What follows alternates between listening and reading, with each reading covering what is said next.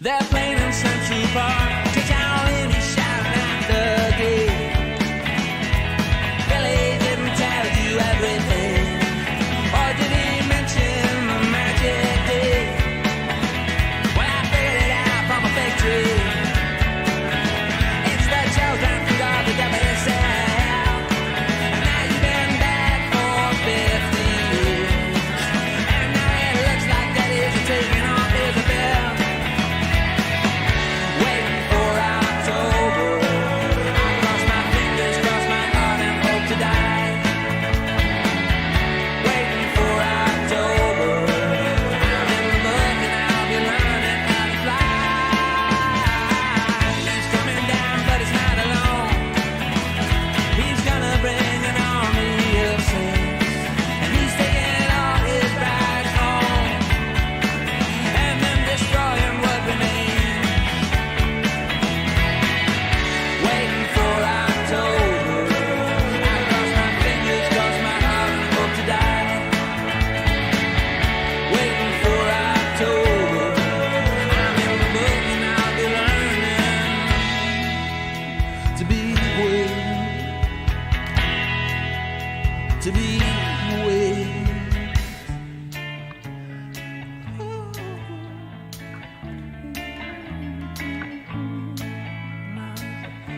Hoping that the end will start again.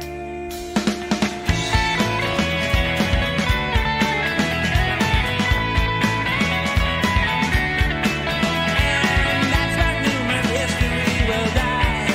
I said nasty was so right about the day. 'Cause it all ends in 1999. And commences on the 28th, the 28th, the 28th. Waiting for October. I cross my fingers, cross my heart, and hope to die. Waiting for October. I'm in the book and I'll be learning how to fly. Waiting for October. I cross my fingers, cross my heart, and hope to die. Waiting for October. I'm in the book and I'll be learning how to fly.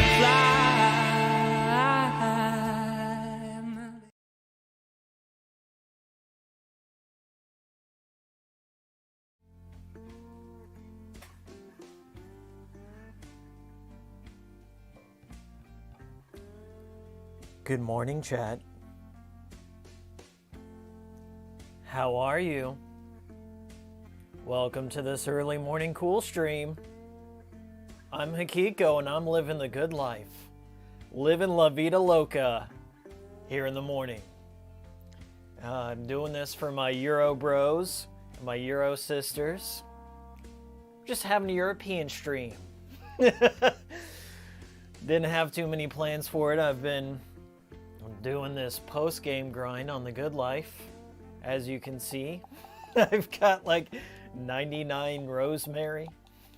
I got all this garbage in my inventory, but we'll clean that out. We're gonna just go through. We're doing a bunch of little side missions and things of that nature.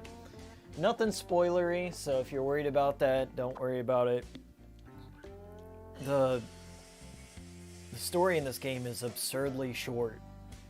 I think it's like 7 or 8 missions deep. It's really not all that long of a game anyways, and I would say the majority of the game is encompassed in the post game, so that's what I'm going to be focusing on. Got new hot words, so my hot words for today are monsters, classic cosplay, laundry on a sunny day, bridge scenery, and cleaning. So this is just kind of like your targets. You're a photojournalist. I've covered wars, you know. You're a photojournalist, and you have to make your money doing that, as well as just doing other odd jobs around town.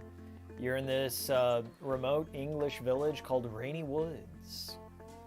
And that's a reference to the original Deadly Premonition. You guys want to see my garden? Check her out. Isn't that nice? I've got a bunch of stuff. Let me get my Chivo tab going here, right here, just so you can know. I've been hitting up every one of these achievements. I usually don't do this, but I make an exception for sweary games. You can see that 0.01% is on most of these achievements. Like this one has 0.02%, but I've gotten some insane. Like the grind is incredible. So I've been just kind of making my way through that, just living the good life. But I guess I'll take you through my daily routine right now. My friend Mark, who did the Deadly Premonition 2 guide, the stamp collecting guide, he grinded all through the post game, finished every side mission, and the dude, I don't know, he probably put 60 hours or more into just grinding. I don't even know, but he did it. He knows what you get from the end of the grind, and Swery kind of spoiled it because Swery did a stream of this game on Twitch the other night. So he tells you what you get. It's a pretty cool reward, I will say that.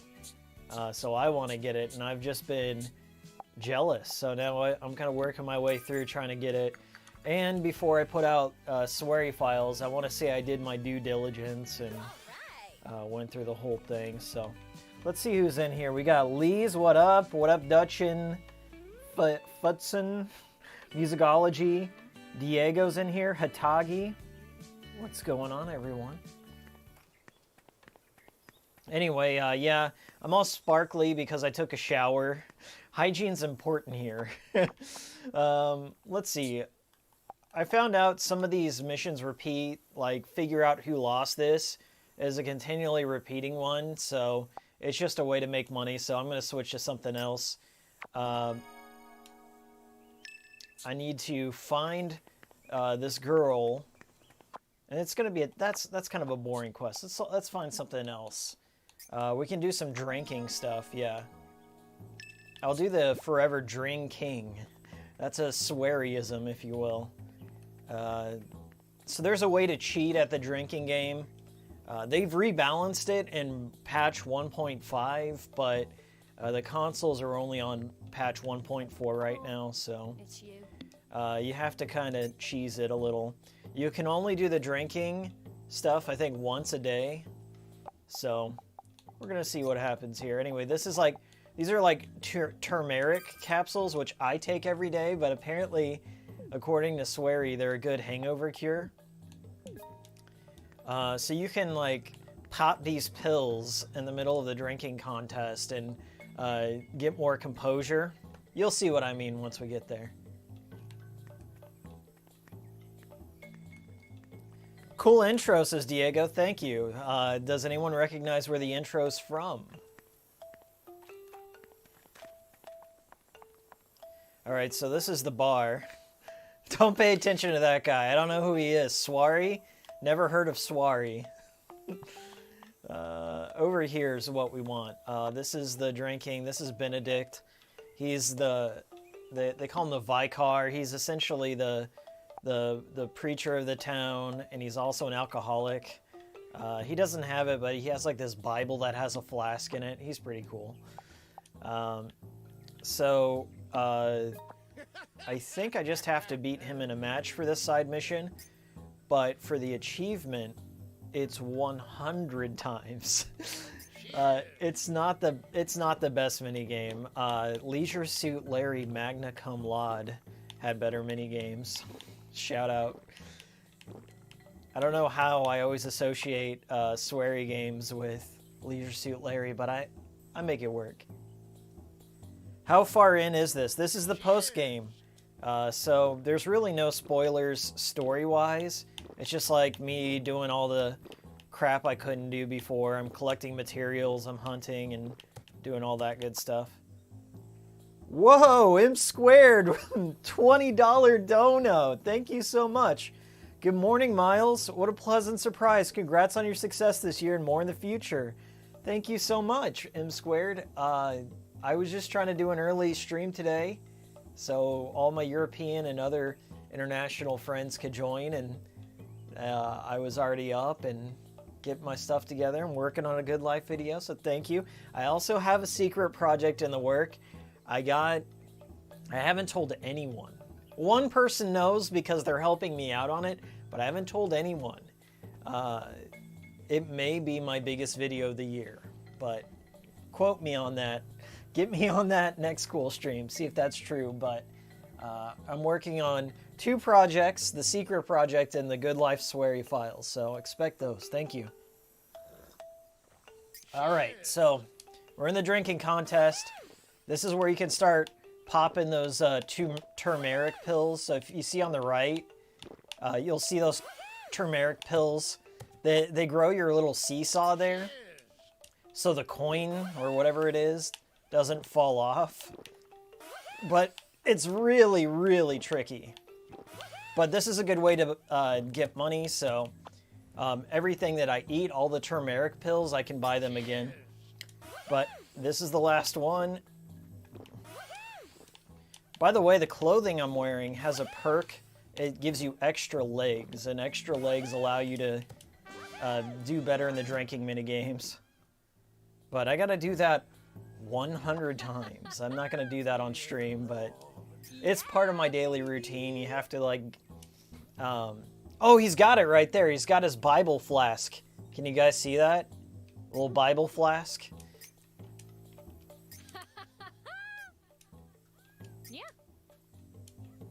How long is the main story? I would say the main story is about 7 or 8 hours. It's really not long at all. But if you have to kind of know what you're getting into. Like if you're more into, I would say this.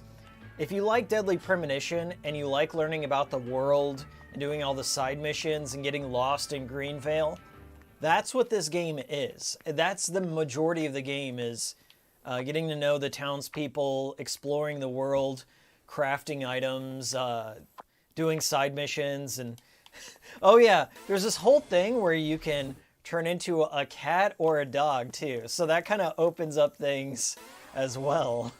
But I'll explain more about that later. I really don't want to over-explain the game because that's what I'll be doing in the Sweary Files video. But I do have a lot to say about it, suffice it to say. Okay, so I did that. That's going to take forever to craft. 5 gnomes.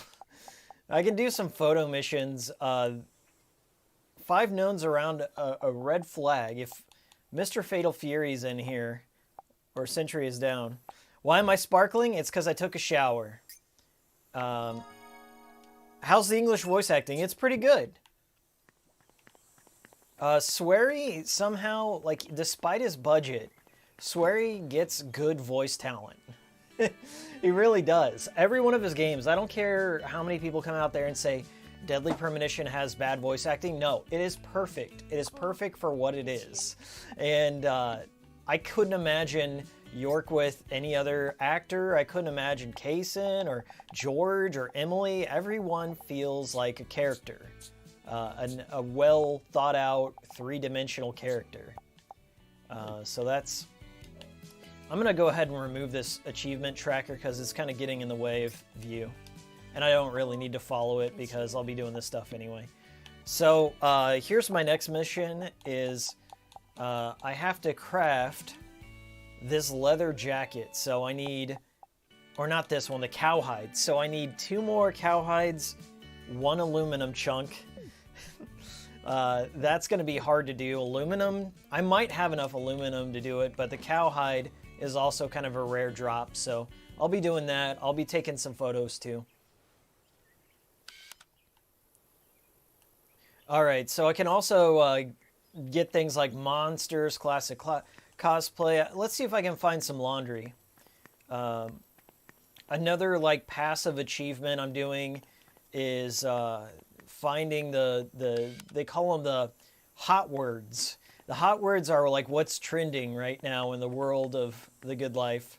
And there's a social media application called Flamingo, and you get paid based on your emojis, which are likes. And so if you start chasing all the buzzwords or the hot words, you get more emojis, and then you get more money. And it's also an achievement to seek out, I think, 100 of them. And I think there's like 100 total. So this is laundry, right? So you see that little exclamation mark? That means I've struck on one of the hot words. So you'll see my hot words there. And then you just snap a photo. And then when I go back to my house, I can upload that photo. But I mean, you can do stuff like there's a million like little things to pick up. So if you're the kind of gamer that, like, the way I put it is, if you like Xenoblade Chronicles and the grind of Xenoblade Chronicles, you're gonna like this. Okay. Let's see here. I do need the sheep here to get the leather. It'll all make sense soon. You can rear sheep. They're like your steed is what they call them. Like Sean Connery, your steed. Today is mine. This is an area wherever the leather spawns, so I have to like break these boxes. They respawn like once a day, so yeah, I got a cowhide. I need just one more, and I can craft it for that mission. An easy way to make money is you can go over here to this race, and once a day you can participate in the third trial. And you can get either 200 pounds, 500 pounds, or 750 pounds. But it all depends on your time. And the race itself is not an easy thing. It's very hard to control, but it all depends on how you raise your steed. So my steed is this little sheep called Roach. And I named it after Swery's robot dog. Swery has a robot dog named Roach. It kind of auto-generates a name kind of like Earthbound. Like when you start out in Earthbound, it's just like, I don't care. Pick out a name for me. And that's what it's got going on here. But this is a Kickstarted game. I have Kickstarted it, so I will be disclosing that in my Swery files. I did pay a lot of money, so this could happen. Not as much as Whitney. I think Whitney might be in the lead. Whitney plays. Go check them out. They run Welcome to Greenvale, the Deadly Premonition fan site, and they have a poster in the bar. I'll have to show you guys that. Shout out to my homie Whitney and all the DP fan group. All right, so I think I got about 500 pounds out of that. Money comes and goes really, really quickly here. So like to get to this point where I'm like hitting up 500 pounds is like after a massive grind. But we've been just slowly whittling away at the like all this game secrets and the best ways to approach things and grind through things. Like, it's ridiculous, but I guess I'll touch on that in my video. One of the things I have to do is look for aluminum cans. Now, aluminum cans are probably the most annoying thing to collect. I think Mark said there you have to have like 800 aluminum cans to craft everything you need to get, I think, all the trophies or all the achievements. I don't know that I will do that, but I'm gonna craft everything that's necessary to do the side quests. I spent like most of yesterday just like grinding through, I want to say 40 side quests. I hit it pretty hard. And I had a good time with it. I can't say that I didn't just fall into some sort of routine. Like if you like these sorts of games, your Animal Crossing, your big open world collect-a-thon things, this thing scratches that itch for sure. But if you're in it for just like story, I just don't think this is the best example of that out of Swery's games. Oh yeah, I'm a dog, by the way. I am a dog. Let's go take a piss real quick. When you mark your territory, it highlights these things on the field so you can dig. They're dig points.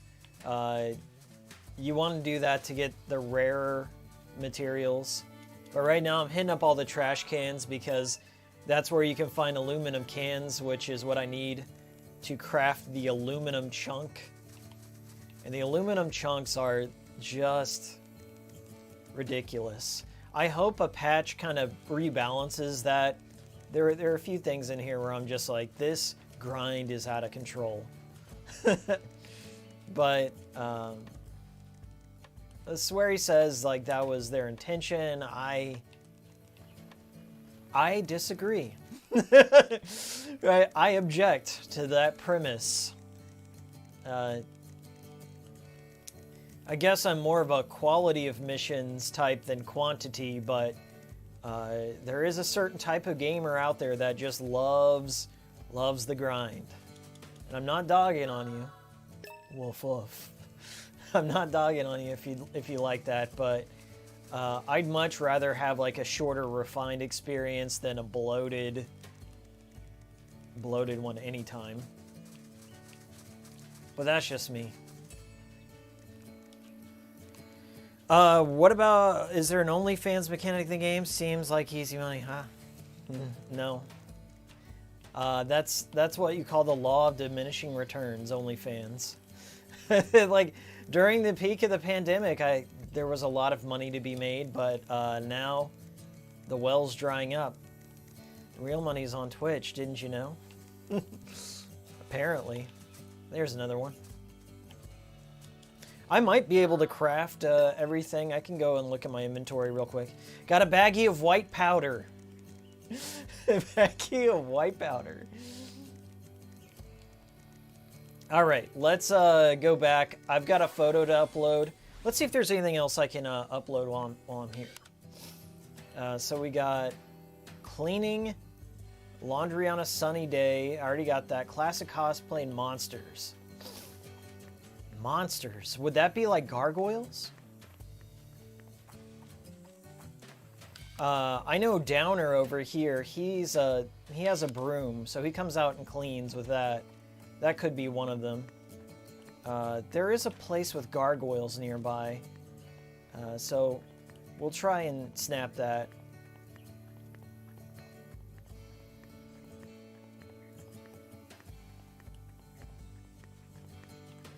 If this soundtrack reminds you of like Clifford the Big Red Dog or some PBS kid show, I'm sorry about that.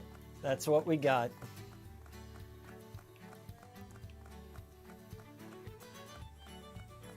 Let's see if I can find those gargoyles.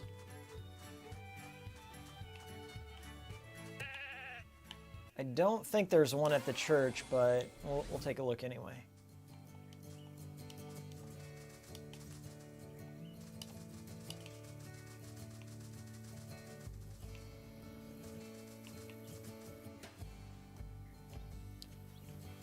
Nothing here. That's okay.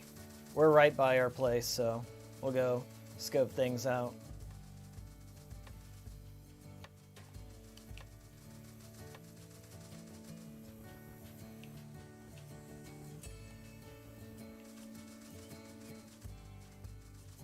All right. Is it possible to ride a cow? No, you can't. In fact, I don't think you can have any interactions with the cow. That's a monster. Nice. This is a zombie that I found in an old castle. So that counts as a monster.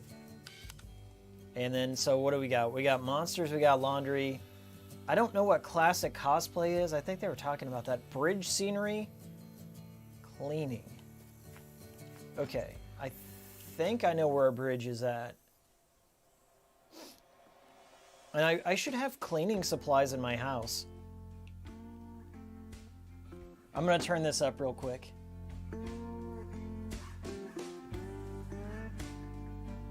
Can anyone name that tune?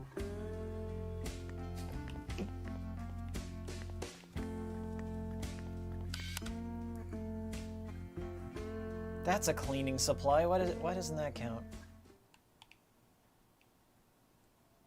It's an oven mitt. I bet they want me to get Morris, so that's what I'll do. All right, let's upload these. So this is my social media account. It's called Flamingo. I have 12,000 followers, which is pretty close to my own social presence in real life. Or whatever you want to call it. So you just like take photos. They're kind of like low quality, but you can save them. Each photo has like tags. So it tells you like what's inside the photo. So if you got multiple objects here, the wider net you cast, usually the more popular a photo is. So you can see here, like this one right here is a rare object, so it's got like 10,000 emojis on it. But after a while, like if you don't keep uploading, people just forget about you. So you gotta keep uploading. And then these are like buzzwords here. So this one says monsters, but this is an old one, so I don't think it can continue to grow. So I have to take more photos. But like if you already have some in your album, it gives you an idea of what to look for. But we'll go ahead and upload. And then we got laundry on a sunny day. The uploads used to take a lot longer, but I upgraded my PC in the game. So, or my internet connection. It should really be your internet connection, but I'm living the good life in the big place now. Mohammed, I enjoy the game overall, but I will get more into the details when my video comes out. I don't want to give it all away. That's what the video's for, but I do enjoy it overall. But it appeals to a very specific kind of person.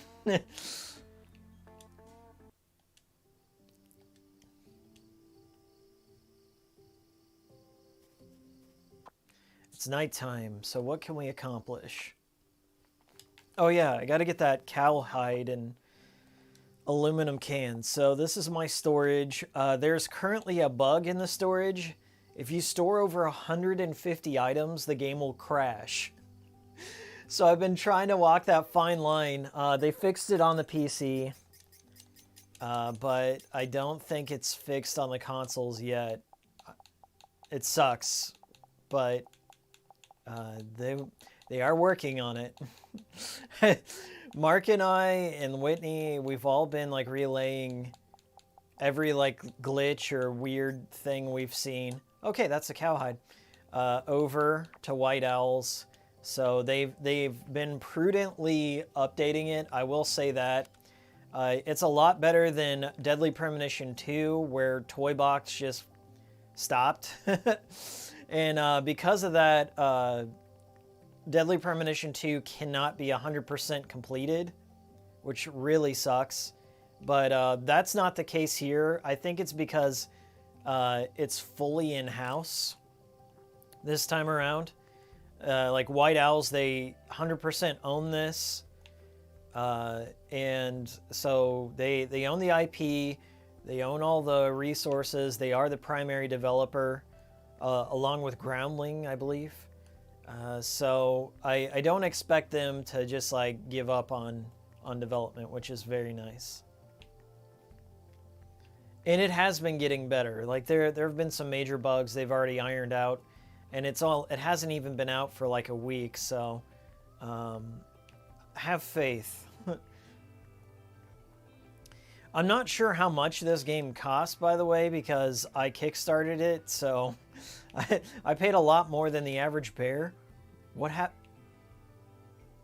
to Michelle? Did she just pop out of existence? What happened to Michelle? Oh, okay. Well, that was weird. Okay, that's enough for one day. I gotta craft some stuff, and the guy who crafts the knight, he is in bed. Like Deadly Premonition, everyone operates on a clock schedule. So think Deadly Premonition, think Majora's Mask. So you just kind of have to abide by everything. Like, I could go out and explore all night, but honestly, I did a bunch of that yesterday. So I'm kind of burnt out on material collecting. Now it's time to, like, cash in my materials, craft some stuff. So I'm going to craft some new clothes real quick. And then there's a few other things I could do out in the world and show you guys. Looking forward to the video. Thanks, Mohammed. It's not going to be my next video. It's going to be the video after that. I had a surprise happen, and I can't disclose what I'm working on just yet, but somebody reached out to me and is helping me out on this thing, and it's something that I've been meaning to do for a while, but I just did not have the proper resources at the time. But once you see, you'll be like, oh, okay, I'm glad he did this, hopefully. And then The Good Life will probably be mid-November for the Swery files. You guys got to know, Swery files take a long time to make because there's a lot of ground to cover. A lot of history behind this one, so... But yeah, it'll be secret video, then Swery Files, Good Life. And then I don't know after that. Maybe just some random game. Maybe a simple series. Who knows? I just kind of go with the flow. Alright, so I got to go over here to Douglas. Douglas is... he helps me... make good leather. So I've got 3 cow hides. I need 5 to make 1 aluminum chunk. Let's just make sure before I start crafting stuff. I want to double check because, as I said, aluminum cans are very, very bad to collect. They take forever, so I may not do that. The Resident Evil Dead Aim video, there's not much to say about that. I mean, it's got good music. That's all the credit I could give it. It's got good music. I like Resident Evil Survivor better, and I don't care who disagrees with me. They're wrong. Resident Evil I would take the original Resident Evil Survivor over Dead Aim any day. Okay. So, we need 1 aluminum chunk. Okay, so here we go. I've got the cowhide, I got the cotton fabric, so we just need 1 aluminum chunk. Here goes. I'll do my best. It's very random. So hopefully RNGesus is on my side, but we'll craft what we can.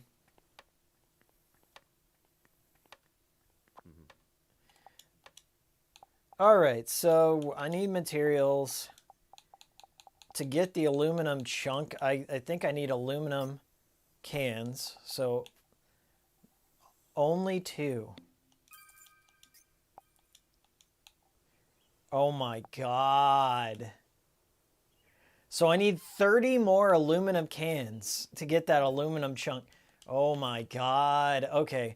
Well, I'm not going to spend all stream doing that, but I'll show you what I mean. So, I'm trying to build a routine to collect these dumb cans.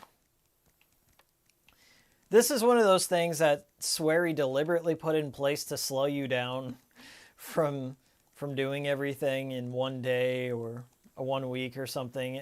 It's padding. There's nothing else to say. It's padding through and through, but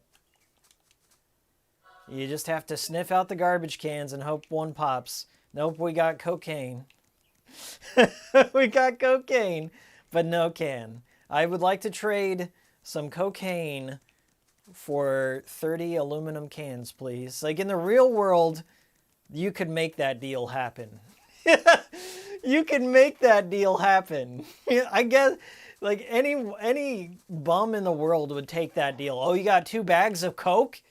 And you just want 30 aluminum cans? How about 60? No. How about this, pal? I just one time only deal. 90 cans for that 2 bags of Coke. But yeah, I'm digging through the garbage right now. I want to say you have like a 1 in 10 chance, even when you find a garbage can, to get an aluminum can. I haven't found a consistent spot where they spawn. So you're just kind of running around town looking for garbage cans.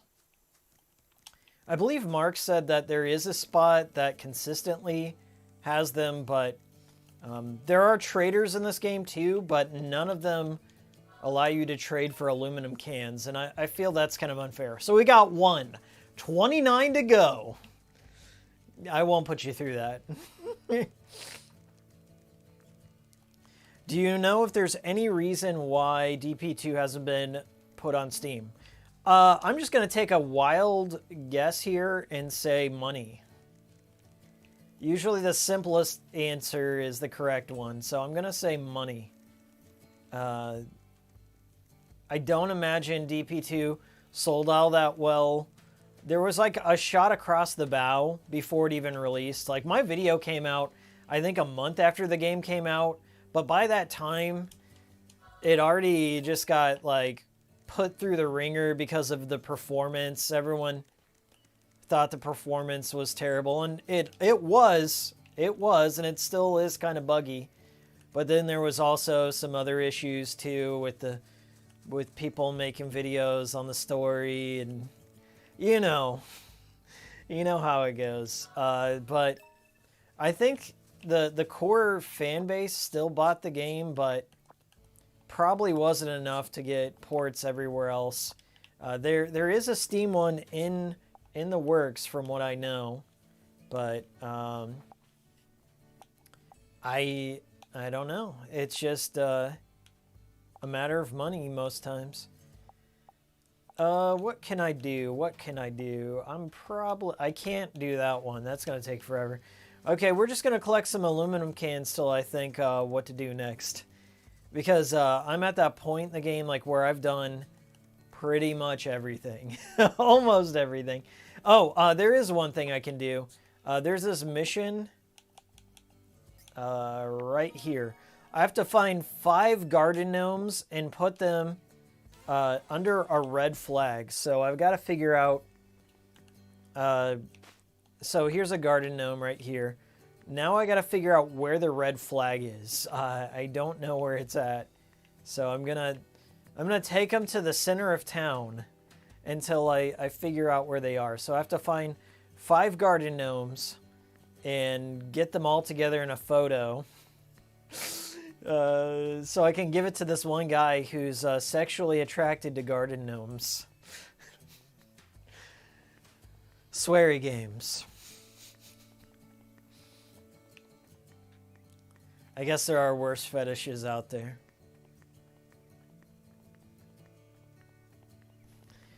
I'll turn up the gain on the game so you can listen to the chill Arthur tunes, the chill Clifford the Big Red Dog tunes.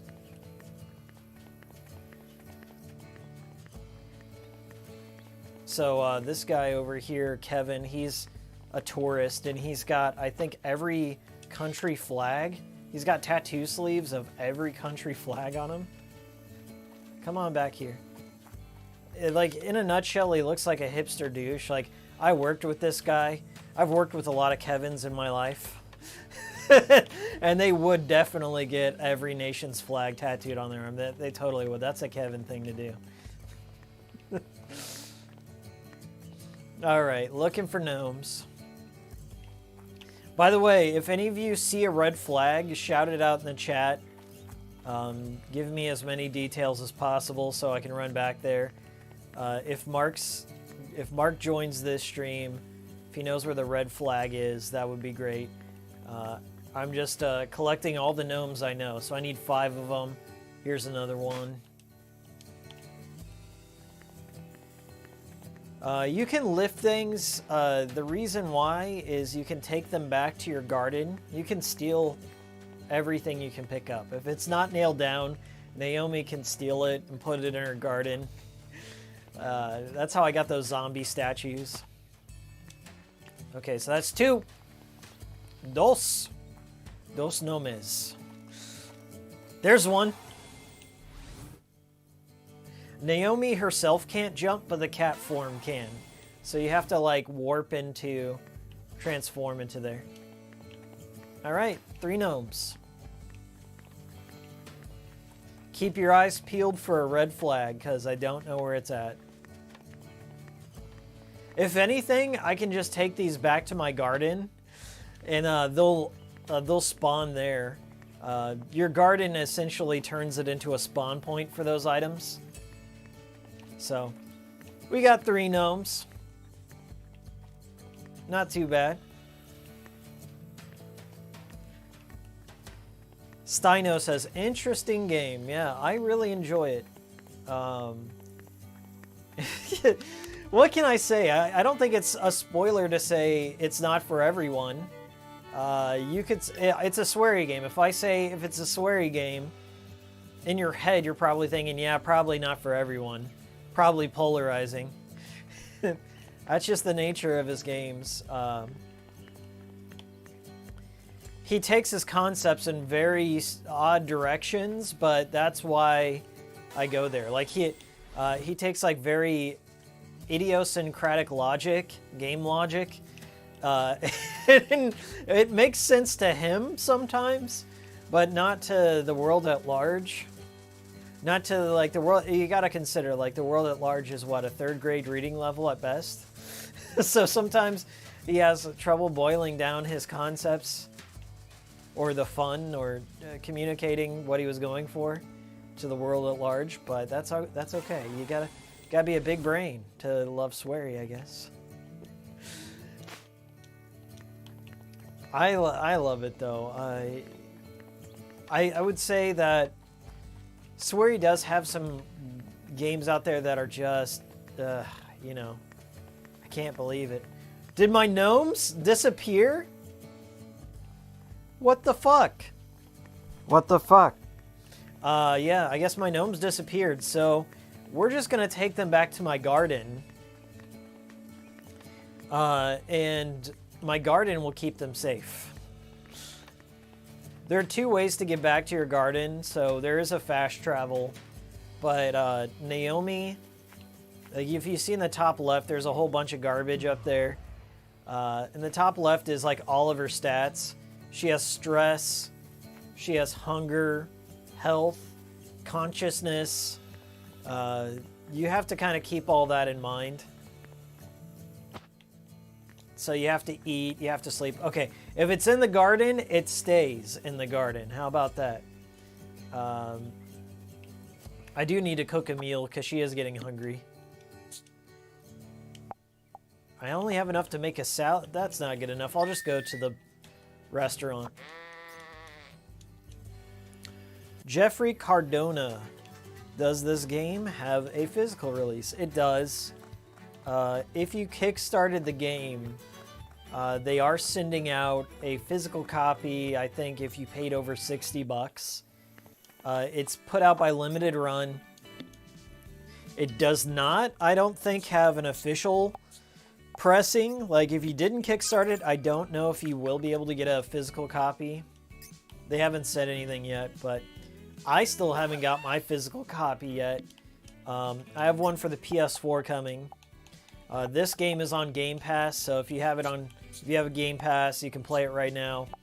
If you played the demo, it carries over your save file, so you don't have to like start over, which is nice. It's on Switch, it's on Xbox, it's on PC, it's on PS4/PS5, so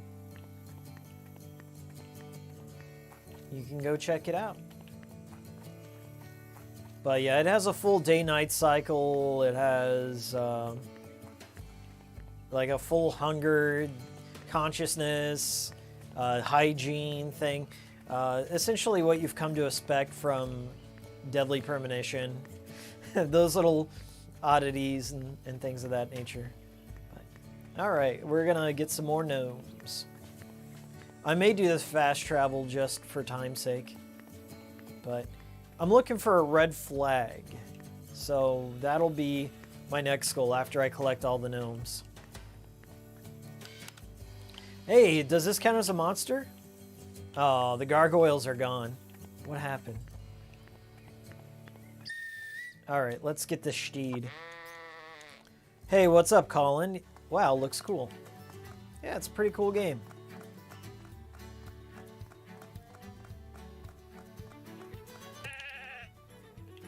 Brr. Hey, there's 2 spots here. So, as I go along, I'm going to be sniffing trash cans just in a vain attempt to get some Hey, I got 1 aluminum can. All right. Pretty cool. Okay. Let's get another one. Nope.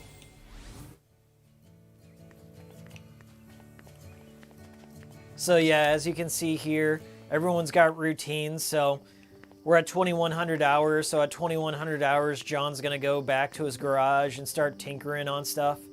And during these moments, like when he's doing stuff like this, you can get special photos. So, as I said, it's kind of like Dead Rising, if you've ever played that. Sometimes your enemies or whatever will have special poses that they do. And it's very much like that.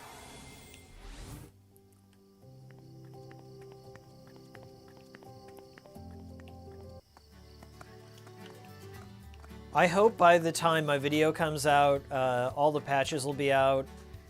Because there's a few things that I would definitely touch up here and there. And, but I can still say it's good. It doesn't have any major game-breaking bugs like Deadly Premonition 2 did. Which had a bunch. It really did.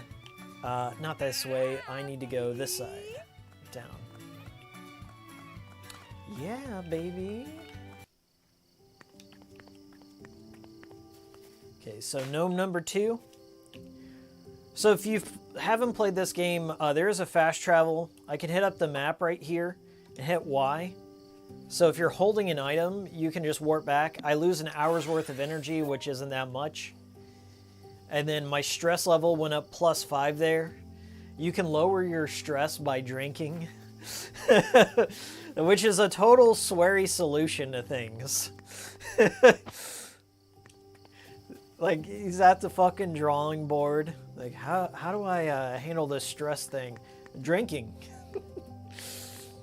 There's another thing I have to do while I'm at it.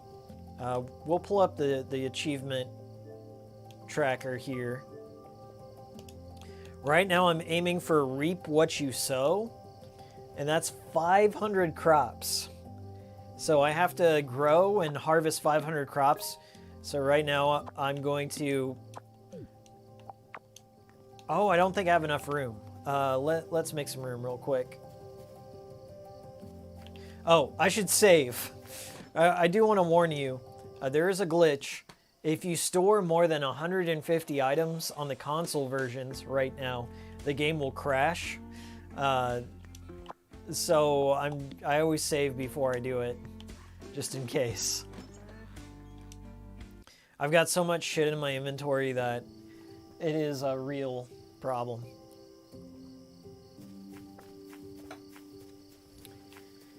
I love when York talks about movies in the games. That's basically sweary. That's just sweary talking about movies. I always consider it like developer commentary. Oh wait, that's the other way. Okay. Let's get that in there. I'll keep that. This is garbage. Get rid of all these filters. There is no dump all button. You just kind of have to tap, tap, tap. Get rid of all the cocaine. Get rid of this.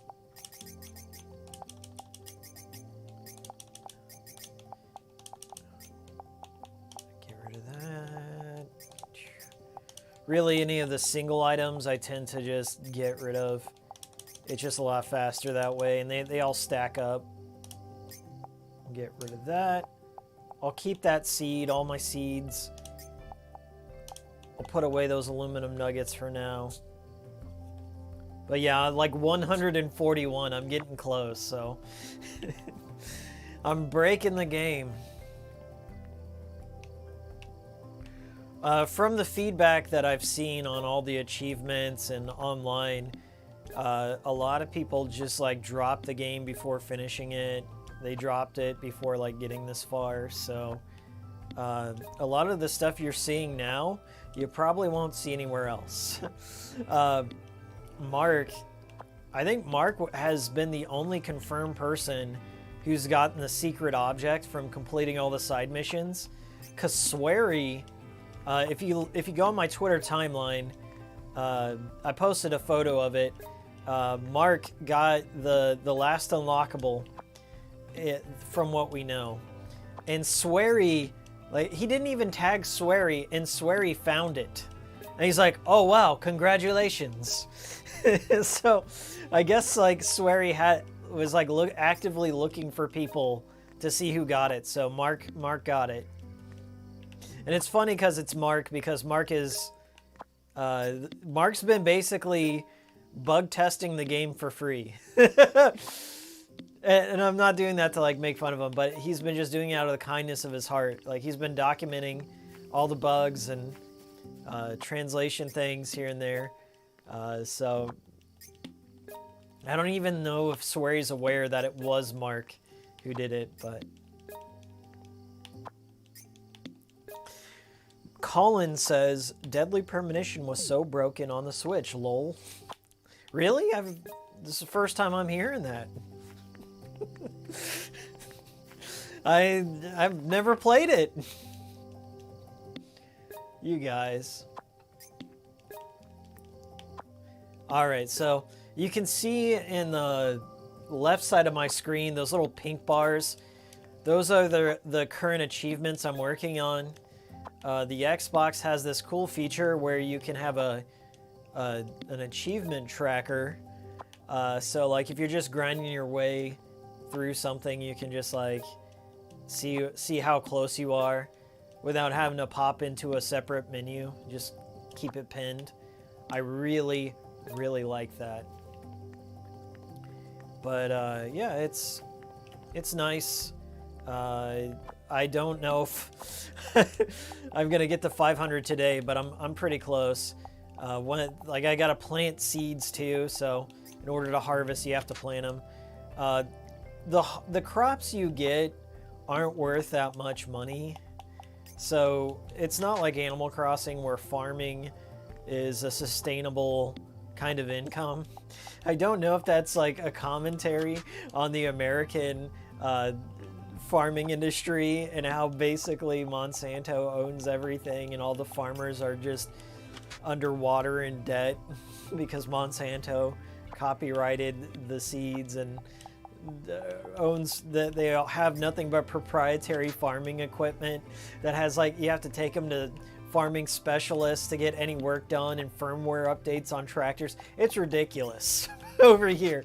I don't know if that's what Swery was going for in his commentary, but there's just so many layers to the good life when you think about it.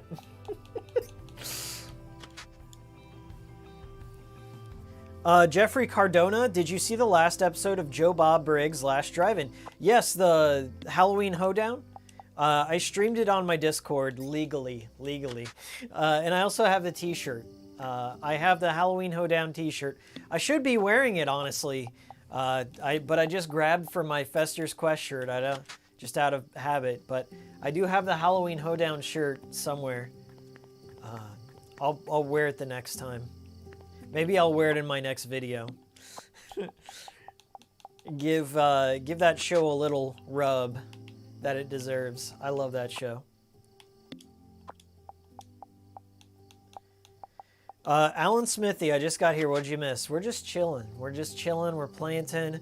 We're doing some like little grindy stuff, little side missions.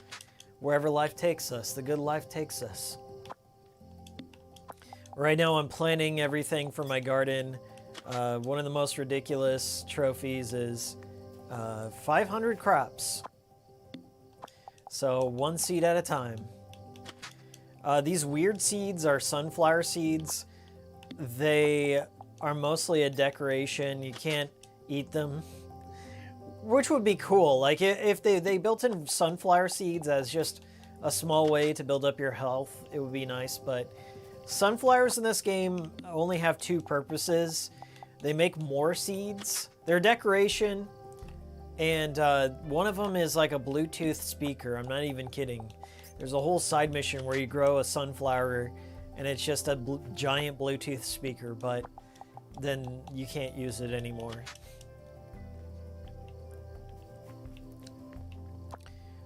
But yeah, I'm about to finish planting. I'm gonna take a nap and then look for the new buzzwords or the new hot words to see what I need to photograph. That's another thing I'm like aiming for, is getting all the hot words. Love your films, Mr. Smithy. Yeah.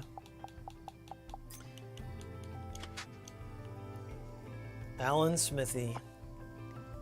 One of my favorite fake names used for movies.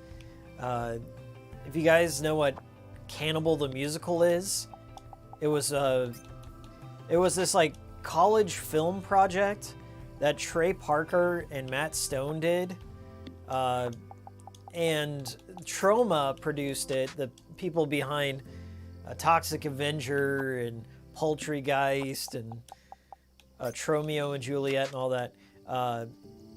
Lloyd Kaufman funded Trey Parker and Matt Stone to make their own musical. It's called Cannibal the Musical. It's one of my absolute favorite musicals. I mean, if you enjoy stuff like Team America, World Police, or the Book of Mormon, and there are other South Park the movie is a musical too. It's one of their most hilarious ones. It's a very bloody one. Anyways, my point is, Trey Parker did not put his name on that film. He's credited as Juan Schwartz. That's his Alan Smithy. He goes by Juan Schwartz in that film. I fucking love that movie. I tried to petition. There was this theater in my town that was like taking suggestions on what musicals they should do. This was like 15 years ago. Like when I was a wee lad, I'd watch Cannibal the Musical, and they were taking like suggestions, and I tried stuffing the ballot box with Cannibal the Musical suggestions, and they did not end up going with Cannibal the Musical, unfortunately. But I bet it's really cheap to buy the rights for it. If you're in theater, you have to license out the rights to put on a production, much like movie theaters. Like when they want to show a film, you have to like buy the rights to it. And that would have made my life if somebody did that. If I ever get the big bucks, okay, from Hikikomori Media, I will pursue my passion of directing Cannibal the Musical, the musical version. When the world gets back together and theaters open up and all that. Lloyd Kaufman's a cool dude. He's all right. I mean, Troma is exactly what you pay for. It's like the shining example of, I wouldn't say making the most out of your budget, but making something. Lloyd has he's behind some pretty good films. I think Street Trash is one that he was behind that I like. I do like the Toxic Avenger stuff, but some of his stuff is like, it rides a fine line between schlock and softcore porn. But like, Troma films are like more in the gross out camp most times, and sometimes they just like go like really, really fucking far. Like when I was in high school, that was I had a friend who was kind of into that, just the weirdest, grossest films he could find, and you know, watching that was fun at the time. But now I'm at that stage like where I really enjoy I don't know, more well-produced horror films. Like I used to watch a lot of B movies back in the day, and I still do on Joe Bob's show, but Troma is like the Z grade. That is like the bottom of the barrel most times. But yeah, I mean, it's all right.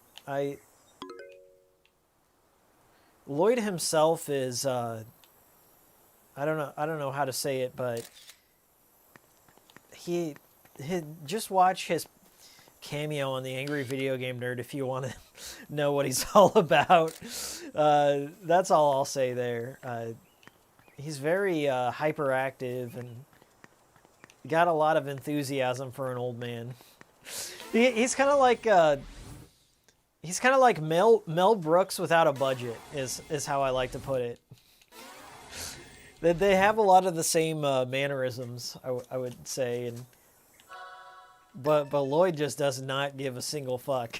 And I love that if you read any of the Troma DVDs, he's like, starring James Gunn, the director of the Guardians of the Galaxy, or directed by this, and just anyone who becomes famous after working on a Troma production, that is like the biggest tagline on the box, which is, I mean, that's a smart business move, I will say.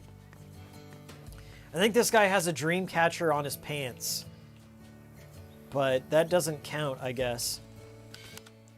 That's one of my buzzwords, or hot words. I know where there is a dream catcher, so we'll go and do that real quick.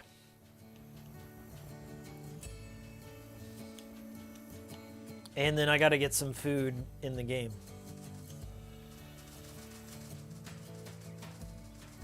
Yeah, James Gunn and Jenna Fischer. I think James Gunn, he directed a Tromeo and Juliet, I believe, is James Gunn's first film.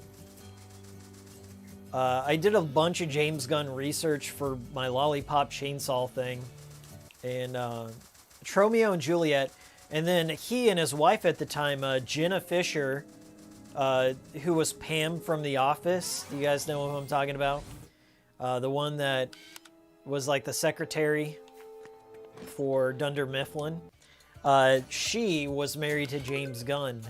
And they put out, and I hate even saying this, but they put out a movie called Lolly Love. I think it's Lolli, Love. And I think Jenna directed that. But in retrospect, like looking back at everything and everyone James Gunn has been associated with, I mean, I did make the joke in Lollipop Chainsaw, and I mean, he is who he is. I'm not going to go down the conspiracy rabbit hole, but is it really a conspiracy at this point? I should shut my mouth. Okay, I'll keep it shut, but that's just look it up. I think I tried watching it one time because I was like I was on a Troma kick when I first got Netflix, and I tried renting it, and I was like, it's a little boring. I don't even remember what it's about, but I was a huge, and I still am, I'm a huge fan of Slither. I think that's That's my personal favorite out of James Gunn's movies. He's got a few other good ones in there. He's got Super, Guardians of the Galaxy, but I think Slither is perfection. What else we got here? Cat and Doggy, Vibrant Gardens. I got that. Campgrounds. I've already got that. Mahogany Furniture. Well, let's see if there's any mahogany furniture in here. It's probably going to be in somebody's house. While I'm here, I better eat a burger. Hey, what's up, Fairly Gamer? Long time no see. Long time no see, pal. Henry Wyatt. Hello, do you like the good life? I do like the good life. Jeff Drell, sweet catch in a live stream. Good morning, everyone. Hope all is marvelous. So we are. We're having a great time over here. I try to put together. My live streams don't have a consistent time, and that's because I just want to like be able to hit people who live across the world mostly. I do them when I got the time, and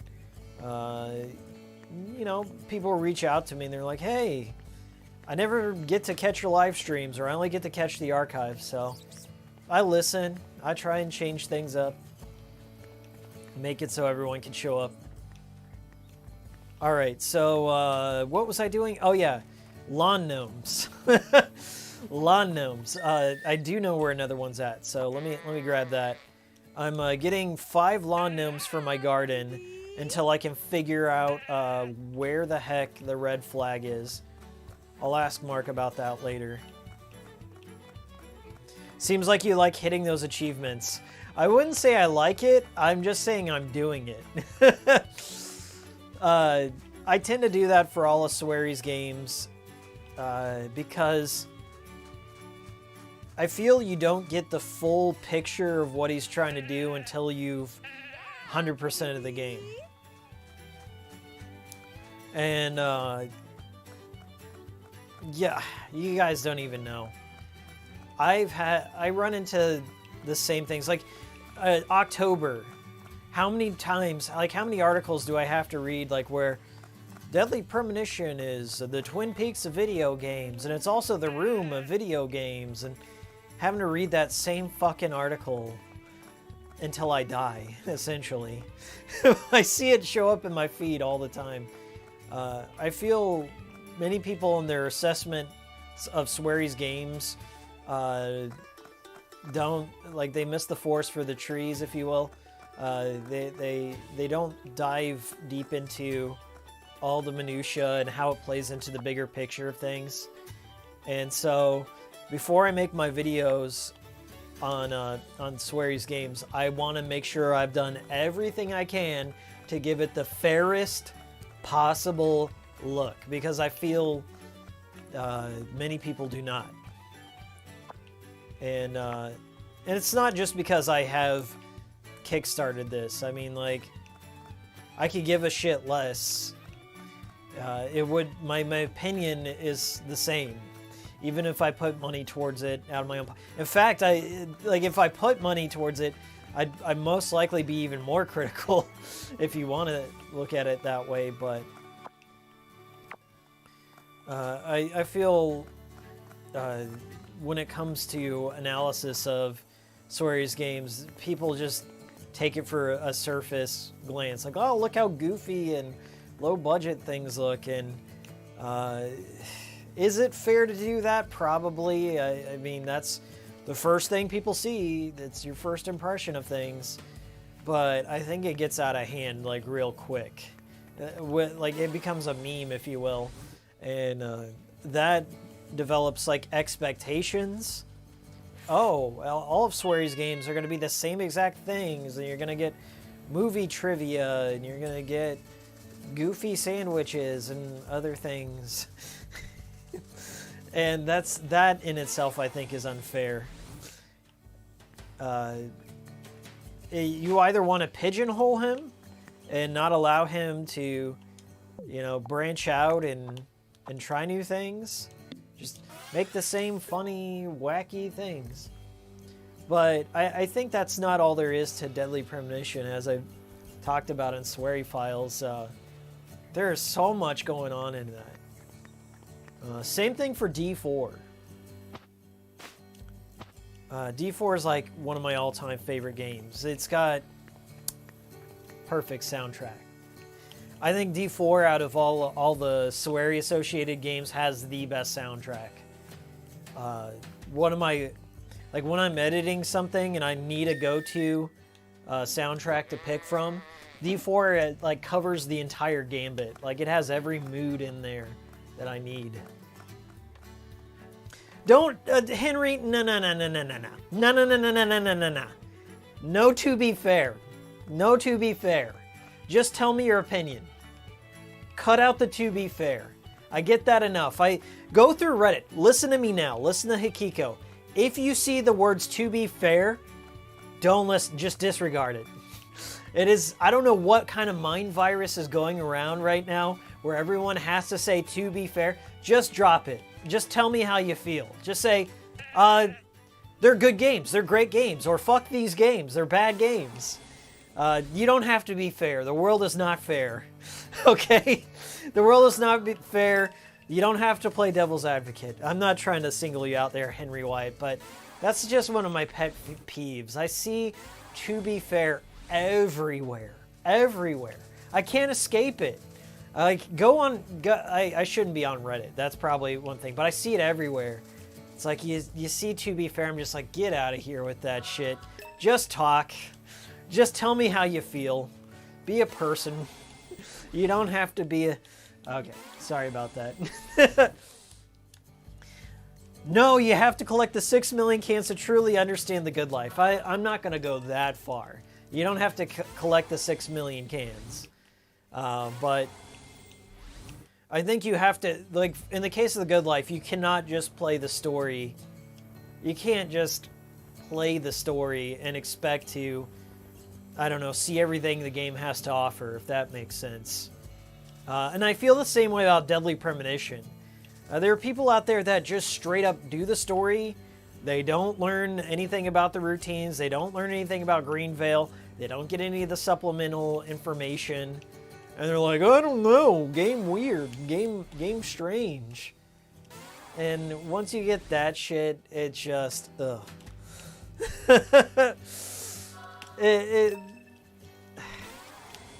Like, if that's all you want out of a game, then just watch like one of those compilations of the story. Just Deadly Premonition, the movie, on YouTube. You gotta go for the game. And I guess, I think Deadly Premonition is a brilliant game, and I have not ever said anything different.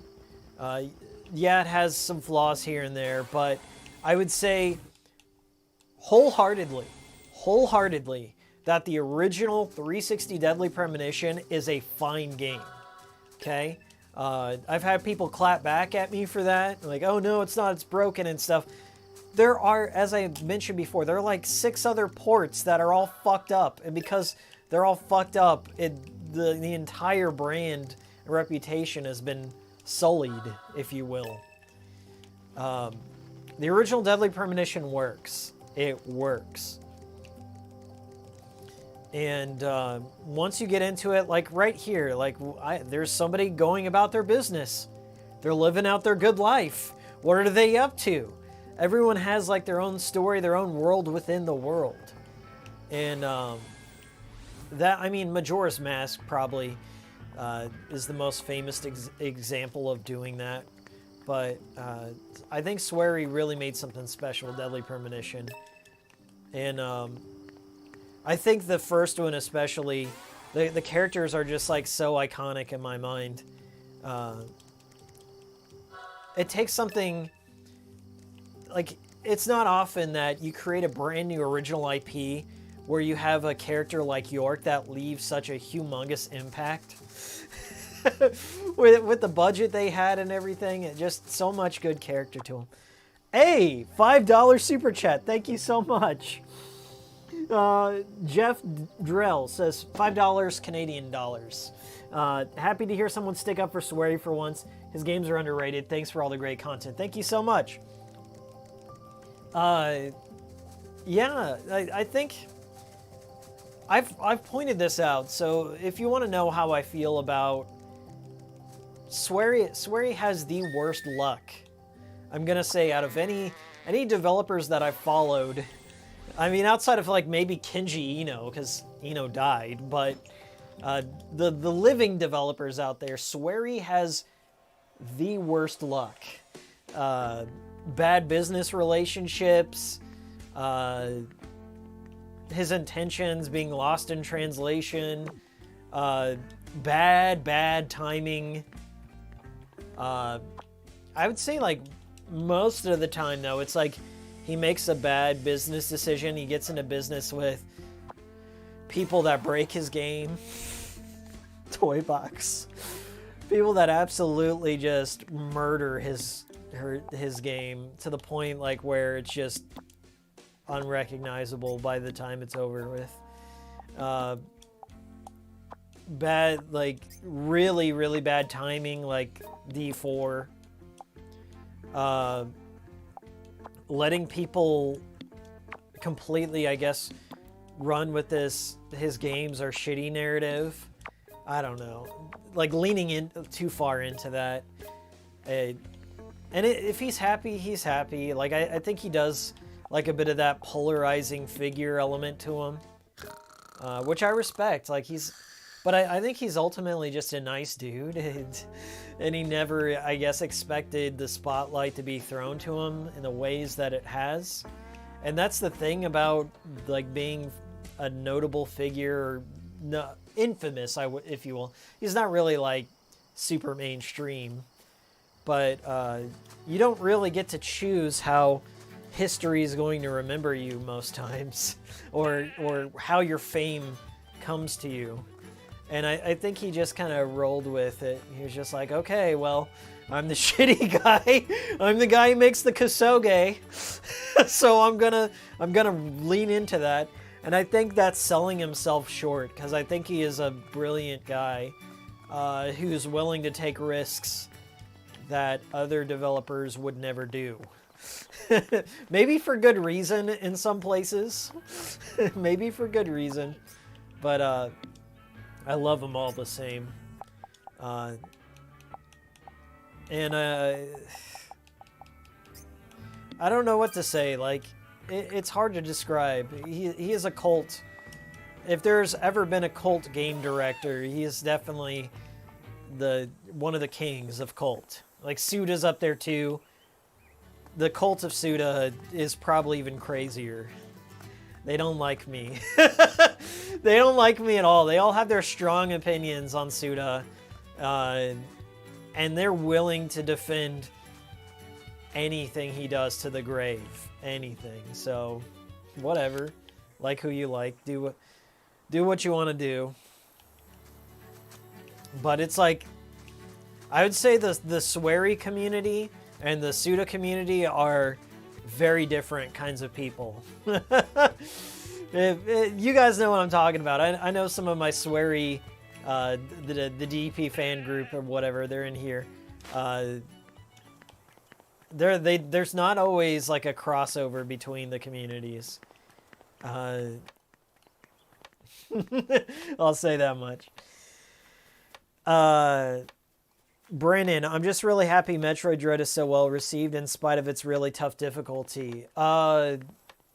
People like tough games nowadays. At least they're more receptive to tough games than when I was growing up. Like, I don't know. I think there's a bigger market for that kind of thing. And people have been begging for a 2D Metroid with a higher budget and like a proper full console release.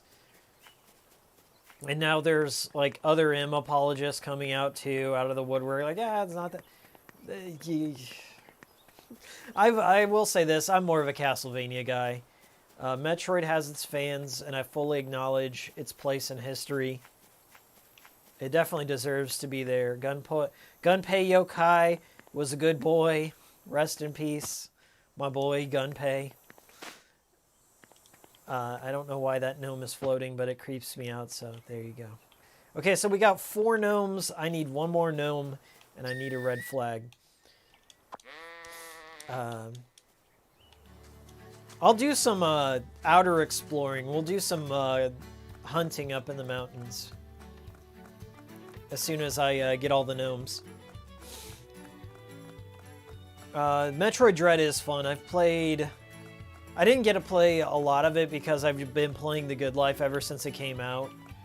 So I've just been wrapped up in that. But I have enjoyed Dread. I don't want to get into the whole dumbass controversy around it because you guys know who I'm talking about. He's already tried to, like, bait me before. Like, when I made my C-Bomb video, all these, like, I don't know, clickbaity channels or what have you were trying to, like, call the C-Bomb a hoax. And I just dealt with it. I just, like, whatever, you can call it a hoax. I've got the proof. I got the evidence. I got the evidence behind me. You can test it yourself. You're lazy as shit. You won't do it. So I wasn't really worried about that. But there was just this, like, I don't know, artificial controversy around Metroid Dread, and the person who played it bad on a stream, and the person themselves, their credibility is questionable at best. I will say that. And they're such a soy-filled bitch that you don't even care. Like, I don't care. They can have their opinion. They're entitled to it. They deliberately make shitty videos and shitty streams to draw attention to themselves so they can get the brain cummies. So they can get that dopamine hit. And that's their channel is Impact Font on the thumbnail. Soy gape face. I don't know. Looks like Dan Harmon after a bender. Just a complete waste of productivity, I would say. For somebody who has all these big brained opinions, they're not doing shit with them, but running a quartering-esque clickbait channel. So that's all I got to say about that. Hey, Henry, what up? Thank you. For 200 rub. Thanks for the rub, bro. Or broette. My message higher got lost somehow. I typed that I beat the game, but it got me physically tired at the end, so I didn't finish the side quests, though they seem more creative than in DP2. Henry, play through DP1. Take it slow. That's like The Good Life. You gotta take it slow. It's like you're on a vacation, essentially, is the idea. You're on what is it? We're not in the primitive world anymore, Zach. You have to, or definitely worth a trip to the primitive world is what he says. That's kind of like the base, the tone it tries to set early on in Deadly Premonition is, you're out of the big city, you're in the middle of the country, you have limited resources, you have to keep up with the hygiene, but there are ways to make your life easier. So in my Sweary Files video, I point out George's side quests. So if you go out there and do George's side quests, you get fast travel. Like, George will come pick you up in his Hummer. Hey, what's up, bro? He comes and picks you up in his Hummer, and he'll shuttle you around to all, like, the main parts in town. So that's what I'd recommend. You do George's side quests, and then you can start doing everything else, and you get wild, crazy weapons. You get to meet interesting characters. You get new cars. You get so much fun stuff. If you like, I like to put it this way. If you like Silent Hill 3, Silent Hill 3 is my personal favorite out of the series because you can run it multiple times and unlock wacky weapons and costumes and really get a feel for routing the game and knowing where everything's at. You get that kind of intimate look at things. And I guess I really enjoy that about games is I like something that's short but has a lot of depth to it. If you want to seek it out, like you can continually play it at new difficulties. They randomize some of the enemy placement and things of that nature. So Deadly Premonition reminds me a lot of Silent Hill 3. And I probably haven't played it as much as Mark has, but I've played Deadly Premonition probably more than any other game in my life at this point. To make that video, and just because throughout the years I've just like, hey, I found something new that you can't do, like I didn't know you could do, and it's one of those deals. Like it's a game that Whitney probably has played it more than anyone. Whitney, who runs Welcome to Greenvale, she has discovered like new like hidden scenes and dialogue and character interactions that just had been undiscovered for a decade. So she's constantly finding new stuff for it too. So it's unbelievably complex. Unbelievably complex. And like I would say most people won't like Deadly Premonition if they don't do the side stuff, because if you take it slow as it's meant to be played, you find little hints at who the killers are, and you find like you understand more about the relationships between the townsfolk, the history behind the Raincoat Killer in Greenvale, and other things like that. It's really, really well done. And everyone who makes fun of it, yeah, it's goofy, it has comedy, it's wearing the comedy on its sleeve, but there's a heart to it. There's a certain drama to it. That's good. What's up, Alter of Orochi? Oh, you were talking about The Good Life? I beat most of DP twice, lol. Oh, Henry, okay, so you did beat The Good Life. Okay. Yeah, the Good Life grind, I'm not going to mince words. The grind is insane, Henry. So I understand if you didn't do the grind. You can look at any of the trophies or any of the achievements. They are low. I'll show you guys again what you're dealing with here. 0.01% have got this harvesting trophy that I'm going for right now, like where you have to get 500. 0.01%. I'm going to be in the 0.01% of gamers on the Xbox. Same for the getting all the achievements, all the hot words. Like this one, Wild at Heart, 100 game overs. Yeah, I could do that. Yes, it would take a lot of time to do that, but I could do that. I don't know that I will. 100 drinking games. Like getting level 10 sheep. 200 sheep is going to take forever. Forever. So I don't know that I will be doing that. It maybe over time. Like I'll just like grind away at it and do it, but my main objective is I'm going to do the things that I can do in a reasonable time limit, and then do all the side stuff, and then put out my video on it. But I will say I guess I'm the kind of personality that enjoys these like little mundane tasks. It's like not as refined as Animal Crossing, but it could get there. If they keep working on it, it could definitely get there. It needs it. There are some things like there should be an option to like do mass planting. Like here's all the seeds I want to plant. Just drop them all down at once, or mass harvesting, that sort of thing. But I don't know that they will. So we got 5 gnomes. There they are, all in a row. But I need a red flag, so that'll be my next thing, is seeking out the red flag. Let me get some food. I'm going to get some food. I'm going to do my hygiene, save my game, and then we're going to go seeking out a red flag. And I have some ideas on where to find it. Only 0.19% of players beat the game? Dang. I'm not surprised there. It's a short game. Like, I hope people will give it a chance. But Xbox gamers, I mean, if you look at D4, I don't know that it has the fan base that it used to have. Like, 360 had a lot more Japanese gamers, or gamers who enjoy Japanese games.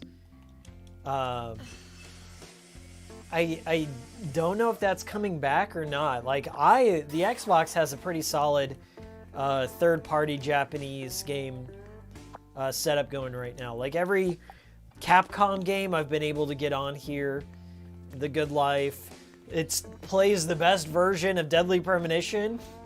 The Series X, if you play Deadly Premonition on it, not only does it run perfectly, but it has no loading times. Loading times are just gone. I showed it off in my versatility of the Xbox Series X video. Yeah, it's got HDR, antistropic texture filtering, so all the textures look smooth. Anti-aliasing was applied. Fast loading times. All the textures are there. They're not missing like in the ports. So yeah. Same thing with Shadows of the Damned. By the way, your boy called it. Your boy called it.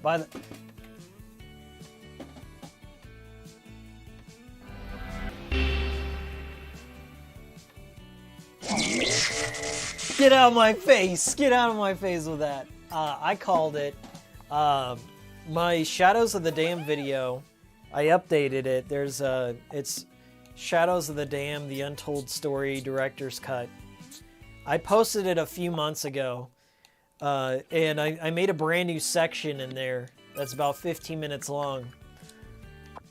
In that section, I was like, Shadows of the Damned has been delisted from the Microsoft store. I wonder why that is.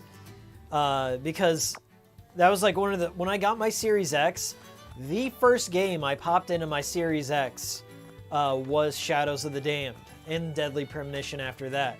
I was very excited to try out the backwards compatibility. So I popped it in, it downloaded the game, and I went through it. I actually sat down and I played through Shadows of the Damned because it had been a minute since I played it.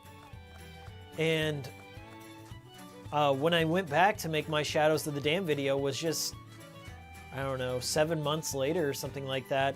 The game had just been completely removed. So I went to this website that I learned about from Hogue Law, who did a commentary on one of my videos. Hogue Law clued me in on this website where I could find these legal filings for copyrights, and I found that the EA Partners Program deal was for 10 years. It was for a period of 10 years, and once Shadows of the Damned hit the 10-year anniversary, the rights transferred back over to Grasshopper. So that's why in Travis Strikes Again, you see this filing. Like, they had to acknowledge EA, and I think they had to license it just for Travis Strikes Again. But the next year is when it was 10 years, and the rights transferred back over to Grasshopper. So they own the characters of Garcia Hotspur, Fleming, Paula, Johnson, who's now 8 Hearts. It's all fucked up and weird. But Suda owns Shadows of the Damned. There's been rumblings. Somebody had mentioned it in chat over here. Like, how do I feel about NetEase's acquisition of Grasshopper? I mean, Grasshopper's been a developer for hire since the onset. Really, they've always got their funding through someone else for the most part. So it doesn't bother me all that much. They've stuck to their guns. They've been a developer on a shoestring budget for many a year. So I wouldn't worry too much. But back on the Shadows of the Dam point, Grasshopper has announced that they have 3 projects in the work right now for the next 10 years, which is a long fucking time. So, I mean, they have 3 projects in the work right now, but I guarantee they're going to be making more since Grasshopper's kind of put together a younger team in there. They've kind of like rebuilt the team from the ground up from the past couple of games, so you're going to see more shit like that. More games, but I think one of those games is Hotel Barcelona, which is relevant to this stream because Swery and Suda, that's going to be the Dream Team collab there on Hotel Barcelona. Nothing is like I watched this interview with Suda when I was making my No More Heroes 3 video because somebody had asked him like, how's Hotel Barcelona going? And he said that since the pandemic, like, he and Swery haven't gotten together face to face, and they've only like been communicating through emails. So I think development like is still in the pre-production. I don't think the project's been canceled, but I think we're a long way out before we'll see it. But Swery has more time on his hand now that The Good Life's out, so we shall see. We shall see. Christmas tree. Drum. I already got this hamburger. By the way, if you're looking for this chair right here, this stripe deck chair is used for like 3 missions. So look here on the map. If you're wondering where it's at, like Naomi's house. Wait, go this way. So if you go north, here's Naomi's house. If you go north to right here, this little shack, this is where this chair is. This chair is the stuff of nightmares. It's one of the only places you can find it. So we got this neon sign. I'm looking for a red flag.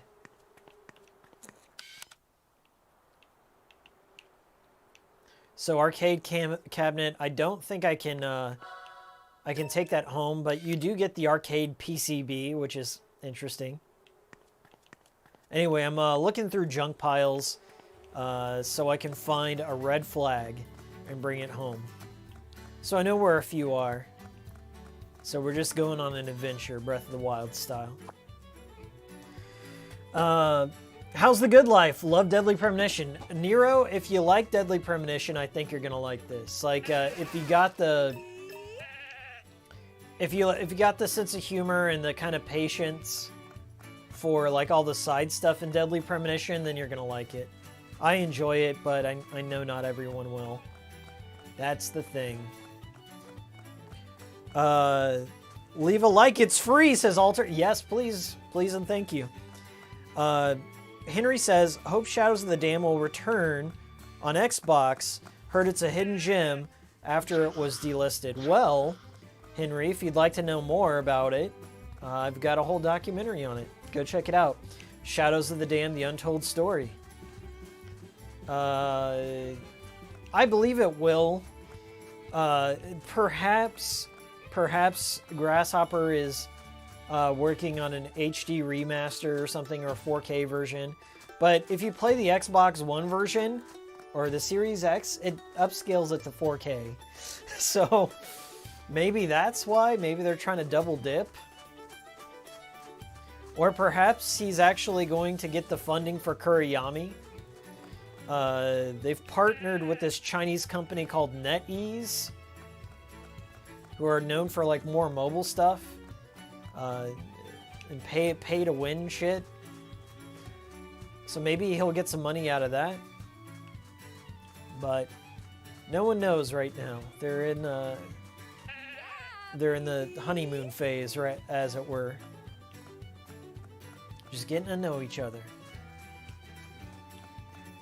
So I'm looking for a red flag. If I find out where a red flag is, I gotta take it home. There are towns outside of Rainy Woods, so if you look, let me show you. The map is fucking huge. It's out of control. This is the biggest map. I think it's bigger than Greenvale. It's up there. It's I think like Greenvale was like 7 square miles. This is pretty big. But there are towns. So Rainy Woods is at the center.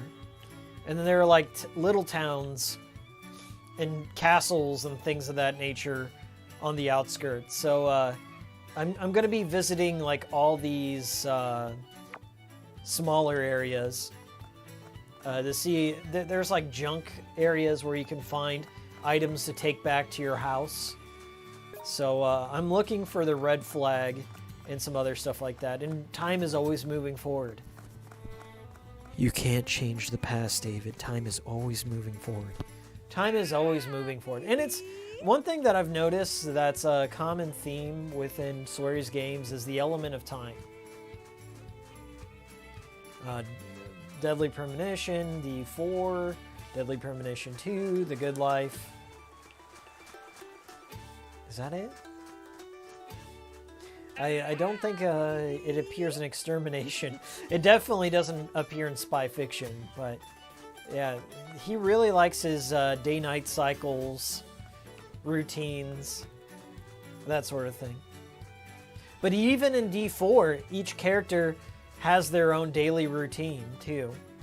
Like, you can watch Kaysen, he'll be making coffee, watering the plants, and things, so... And there is some day and night cycles, but they are fixed on chapters, I believe, in D4. I hope to God that we enter a grasshopper situation with D4. I hope Access Games goes bankrupt. I hope the COVID bomb hits. No, okay, and I don't want to wish them bad luck or whatever. I probably shouldn't do that. That's not nice. That's not nice, Miles. That is not nice. Don't do that. But I really hope that Access Games, I don't know, sells the rights to D4 to someone, and then they give those rights to Swery. It would be that would be like my dream game. Like I've been asked this a lot. What would you do if you had the money for a dream game? The first thing I'm doing, is I'm going to Osaka. I'm going to meet with Access Games. I'm like, listen, Access, I have $500,000. No questions asked. I have $500,000. Can I buy the rights to D4? I know you're not making that much off of it anymore. No one's out there buying it. You're not doing anything. Can I buy the rights from you? I think I'll also have to talk to Microsoft, but I know Microsoft would be cool with it. Like, oh, okay, yeah, Swery's a nice guy. I don't give a shit. Do what you want with it. That would be the first thing I do if I ever become a millionaire. I'm going to Osaka. I'm going to engage in a business deal in a polite manner. And hopefully I can get those rights over. And then we can finish the story. Or at least let him do something with the characters. You know, make a novel, make a comic, make an anime or something. Because it's a really good story. And it's a good world. I feel. Oh, this is something. You guys like Minecraft? You bros like Minecraft? I've already done the mining missions. You have to mine like 500 pieces of ore. I've already done that. But if you want to make good money, you want to mine some diamonds. Turbo Mutt02. Hi, man. Just want to say I found your videos thanks to the C-Bomb. And I quite enjoy it. Well, thank you very much, Turbo. I'm glad you're here. A lot of people found me through the C-Bomb, but I don't think they've, like, dug through my other videos. Like, this guy makes videos on weird Japanese games. Like, why doesn't he just talk about Sony all the time? I'll just say, stick around. If you came here for that sort of stuff, stick around. I've got some things in the work right now. Alan, how come you don't have a green face anymore? Unsubscribe. Well, I'm sorry. YouTube's community guidelines team reached out to me. We had to have a meeting, and I can't be doing green face. I guess I'm sorry about that. I'm sorry about that. I'll do better next time. Okay, so we're gonna go. There's a junk pile around here. This is another pet peeve I have. You can't set markers. So I'm gonna go to the southeast is where I'm headed.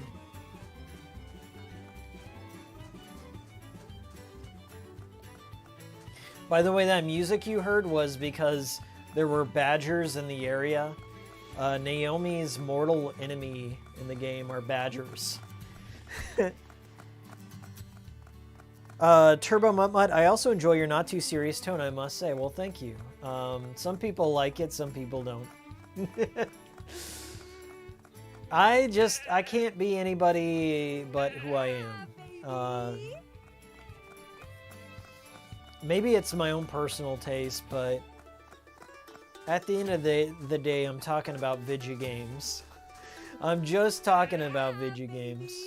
I'm trying to do my thing. That's it. Brown bricks. Can we go one stream without Mike Matei references? I'll start shouting Mike Matei out when he unblocks me from Twitter. When motherfucker Mike unblocks me from Twitter, I will start shouting him out. But until then, no, we're done. We're done, bro. Collab over. He blocked me because, and I will tell you why. If somebody donates $5, a $5 super chat, I will tell you why Mike Matei blocked me. There's two reasons for it, I think. One of them was justified, I will say. There's one of two reasons. All right, let's see. I'm on the hunt for a red flag. Not here.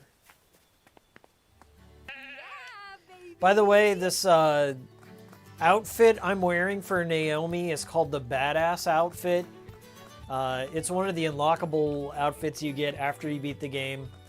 It increases a lot of your stats, like your stamina lasts longer and you don't get as cold. One thing you can do in this game is catch a cold if you're outside too long. So it kind of helps in that area. Okay, so I think this is a junk pile over here, so we're closing in on it. Yeah, baby! Yeah, that's, The Good Life has so much shit spread across the maps, and there's really no good way of finding it unless you're talking with other people. I'm a part of this Discord that's kind of analyzing everything in The Good Life and trying to build a better guide for finding things.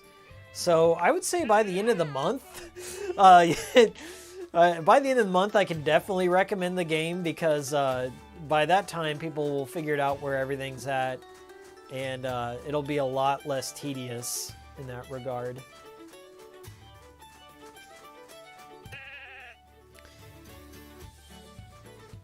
Is this a backer-only dress? No, this is a dress you can get for anyone. You just have to beat the game. There's two endings that I'm aware of in the game, an A ending and a B ending, and I went for the B ending, and this is the costume that unlocks for the B ending. And it's a decent one, too. It is a very decent one. So if you want something that's going to help you in the post-game, the B ending is what you want. The B ending's the comedy ending. This game looks adorable. It is a very wholesome game. I would say that it's a hard PG-13. Oh, I got a cowhide. I needed that. Perfect. Speaking of, you can tell that I'm not sparkly anymore. That's because Naomi's getting stinky. Just like Agent York, she needs to take a bath every once in a while. So I can turn into a cat. I can hop into this box, and then I can groom myself. In doing that, I've taken a bath, so I'm no longer stinky. So I'm no longer stinky. That's how it works here.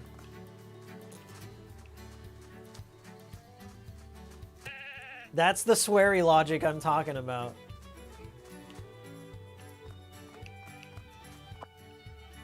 All right, where's that junk pile? I think this is it. Hey, Sentry is down, Big Mod.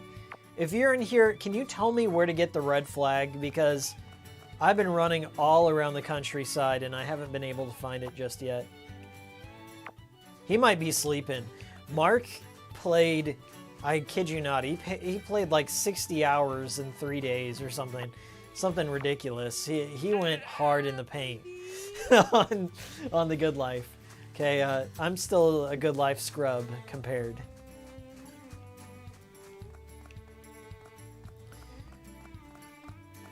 Yeah, you should pick it up. If you like any of Swery's games, you're gonna find something to like in here.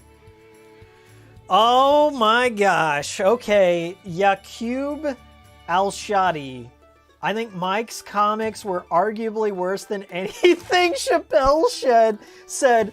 Both shouldn't be canceled, in my opinion. No, don't cancel Mike Matei over the Loco Bandito. Okay, here's the thing. The Loco Bandito has been known about for like 7 or 8 years. Like I've been a long-term Cinemassacre fan. To build some background, like Mike Matei used to be a part of the channel. He's kind of doing his own thing right now. I like Mike Matei. I think he's really entertaining. Just because he's like so frenetic and I don't know, spastic. He just screams quite a bit, and I don't know. I just find him kind of funny, and all the memes surrounding all the shit that he got up to, because he is quite a character. And one of the things Mike Matei made was this comic called The Loco Bandito, which is just the darkest humor you could possibly go for. It's mostly just childish racist jokes and stuff. It's like the equivalent of pee-pee in a Coke or something like that. Just like the stupidest racist humor you can think of in comic form. And farts and another thing. So he like made this comic about that. But honestly, that's not even the most controversial shit he's been up to in any of the stuff he's done. But I never made fun of him for Loco Bandito or whatever. I've met Mike Matei in real life, by the way.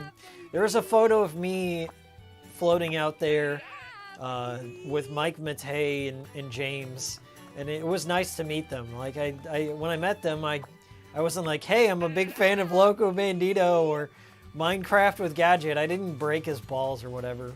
But a few years after I met Mike Matei, infamously, I don't think a lot of people know this, but there was a meme going around about Mike that he had a 9-inch ding-dong. And it's all based off this photo. Like, there's like this photo of him in cargo shorts, like where this wrinkle hits the right spot, and it looks like Mike Matei has a ridiculously huge penis. And so there was this meme going around of all these people like analyzing his crotch for 3 years. This went on. Like Mike Matei's big ding dong was a meme. And I guess that's a good meme to have. Like if there's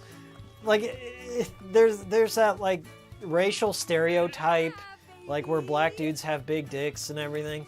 Like if there were more racist stereotypes like that, like positive ones, sure. Like, I mean, whatever, I'd roll with it. If I were black and people are like, ah, look at you, you got a big dick. Okay, I guess I gotta live with that. So Mike Matei let his little head get to his big head, and one day, somebody just was like, oh, Mike's got a big dick, and was tweeting at him. And I don't know if he was drunk or completely stone cold sober. Either way, it's not a good look. That dude, whipped out his dick on the main Cinemassacre, on the Cinemassacre Twitter, on the official account, followed by millions. There's something like that. By millions of people. On the biggest, he cast the widest net possible, took a big photo of his dick, with the perfect angle. He had a tape measure that he whipped out, and he put it side by side with his dick. And he posted his raw dick on Twitter. So the entire world could see it. So he could put this meme to rest, I guess? Or maybe validate the meme? Yeah, I got a big dick. Here it is. Here's my dick. And I don't know why he did it. He's never explained it, to my knowledge.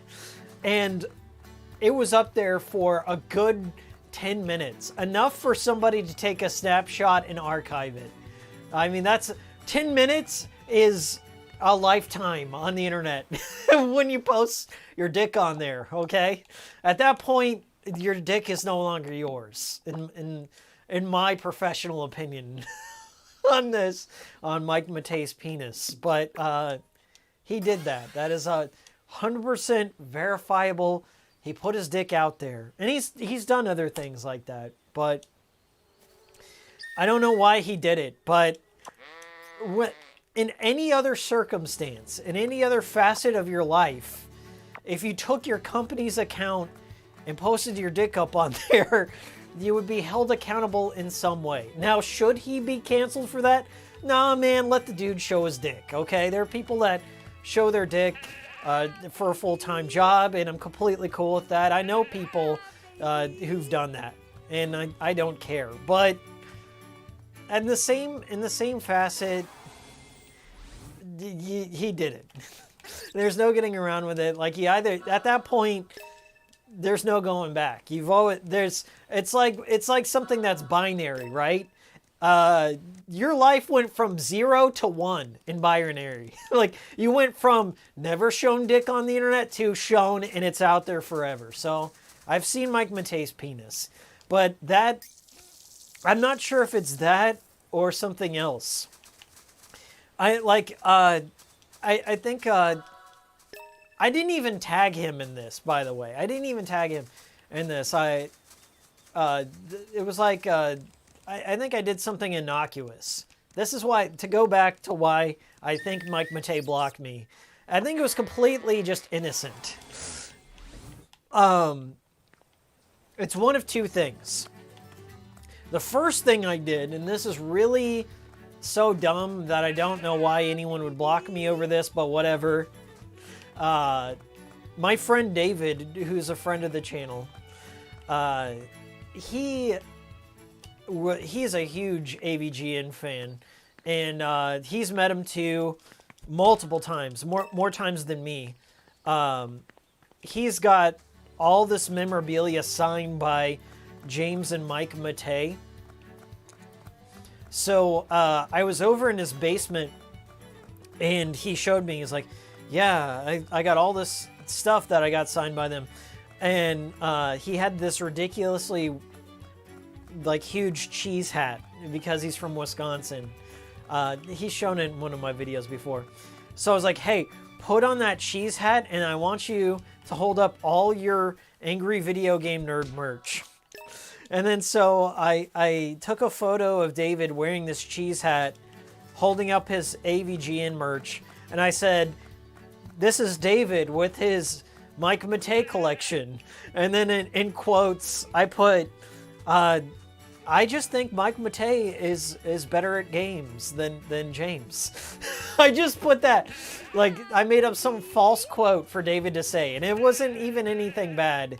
And I think that might have been the reason why Mike Matei blocked me. I think he just looked for his name, and he's like, oh, this guy in the cheese hat is actually a troll. He's not a fan of Mike Matei, even though David is. David is truly a Mike Matei fan, but I think that's the dumb reason why I think Mike Matei might have blocked me. But the second reason is I think I might have made a reference or something to a green measuring tape, because that's a reference to the dick pic, because Mike Matei posted a picture of his penis with the green measuring tape, because I looked away from his penis to look directly at the measure. When I was analyzing the photo of Mike Matei's penis, I looked over at the measuring tape just to verify what was going on, okay? I don't have to see the penis to see where it ends, right? I can kind of blur it out in my vision. So when I think about green measuring tapes, I think about Mike Matei and his penis. And that's the story. So I hope it was worth the $5 super chat. I'll be here all day. Rate Mike Matei's PP. We're not going to rate it, okay?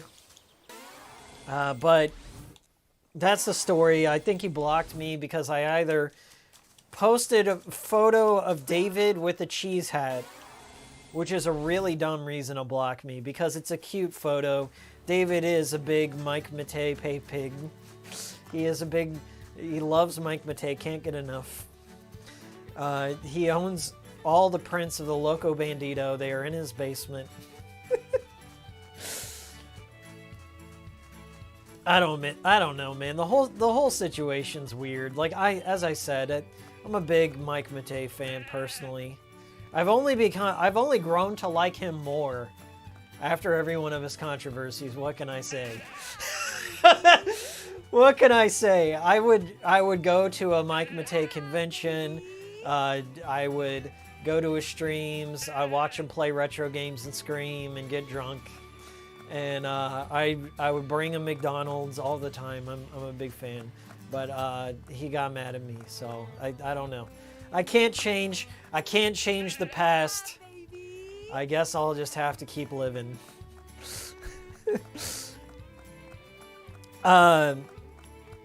Jonathan Larios says, is my PS3 safe from the battery dying, Hikikomori?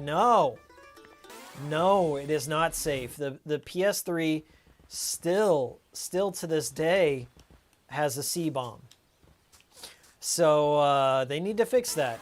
Nothing has been verified as changed. But the PS4 is safe.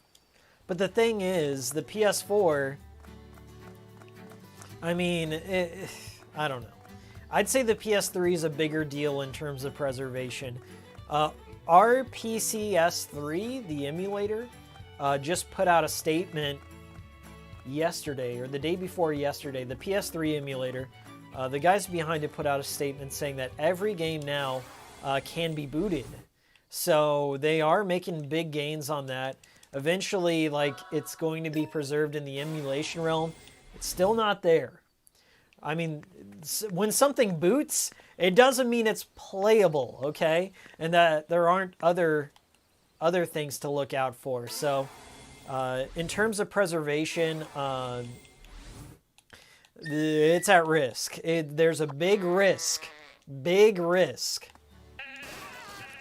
And if something does change, if they do patch out the C-bomb on that, if they can, is another thing. If they can, I will let you know. I'll make a video on it. I try not to make a video unless I have something new to bring to the table. I don't like to be that guy that just completely, I don't know, echoes what everyone else is saying and just makes the same video. If I can test it myself, if I can bring something new, to the pool of information. I tend to do it that way, just so I'm not like one note. Jonathan says, is the fix as simple as swapping out the battery for the PS3 to avoid the C-bomb? You're on borrowed time. Okay? You're on borrowed time. Because the main component is, and this is what people get confused about here in the head. Really, it doesn't matter if you swap out your CMOS battery. Like, it may extend the life, but the critical component here is the DRM, okay? The DRM is baked into every PlayStation 3. Every single one of them. And the DRM is dependent, there's a dependency built on Sony's NTP servers. So where it gets the time for the battery, okay? There's a server that tells it the time, okay? It has to go check in with it to validate all the licenses of your digital content to validate that you own that piece of software. Sad, but it's true. So once those servers go down, because of how the DRM operates, your PS3 is on borrowed time. So if there's a glitch, there's one glitch which happens, and it goes out of sync, and it can't call that server to get the correct time, your PS3 cannot play your digital games. You're fucked. That's DLC, that's PlayStation Classics, that's PS2 Classics, that's digital games you bought on your PS3. You're fucked if you want to do it legitimately. Now, if you want to hack it, I mean, that's your call, okay? That is your call if you want to hack it. I can't tell you what to do. I can't tell you what to do. But the people that I've talked to, like, they are concerned about the preservation. They're concerned about being able to do their trophies and just play the things they bought. Okay, so it's a call you have to make. We can't depend on Sony to fix it. They may not. They did it for the PS4. We don't know. Hey, what's up, Randolph? With 50 DKK. Is that Deutschmarks? Randolph, you're from Denmark, aren't you? You're a Dane. 50 Danish dollars, dollary dues. Rate Radical Reggie setup. Reggie is my best friend. Radical Reggie loves me. We got Yado. Thank you so much. We got a Yado on the screen there. Reggie's got the most neck beard nest setup. he's what you call a frugal gamer. He's an ace gamer. He's got the best analysis on the scene. He only makes good videos, and I really enjoy watching him. He's a good guy. He's a good guy that would never come into all of my videos and constantly seethe for years at a time. No, he's a good dude. I don't have any beef with him. His cribs, like, if you watch Radical Reggie's, like, cribs video, it's something else. I will say that. It's something else. I hope he's been able to improve his crib life, and that he's protected his games from great. He's developed some measure to protect his games from popsicles. He's all right. He's all right. I've met him IRL one time. I've told that story before. But I would rate it 10 out of 10. Easy 10. It's a bona fide gamer's nest. Kroner. Danish kroner is what that is. Well, thank you for the kroner. So you can see up in the top there, Naomi has a toothache. So I have to take care of that. Otherwise, she can't eat anything. Or at least her capacity to eat things has been diminished because she's got a toothache. So we got to take care of that. Oh, that's Donkey Kong coins, like in DK64. All right, let's do a safety save.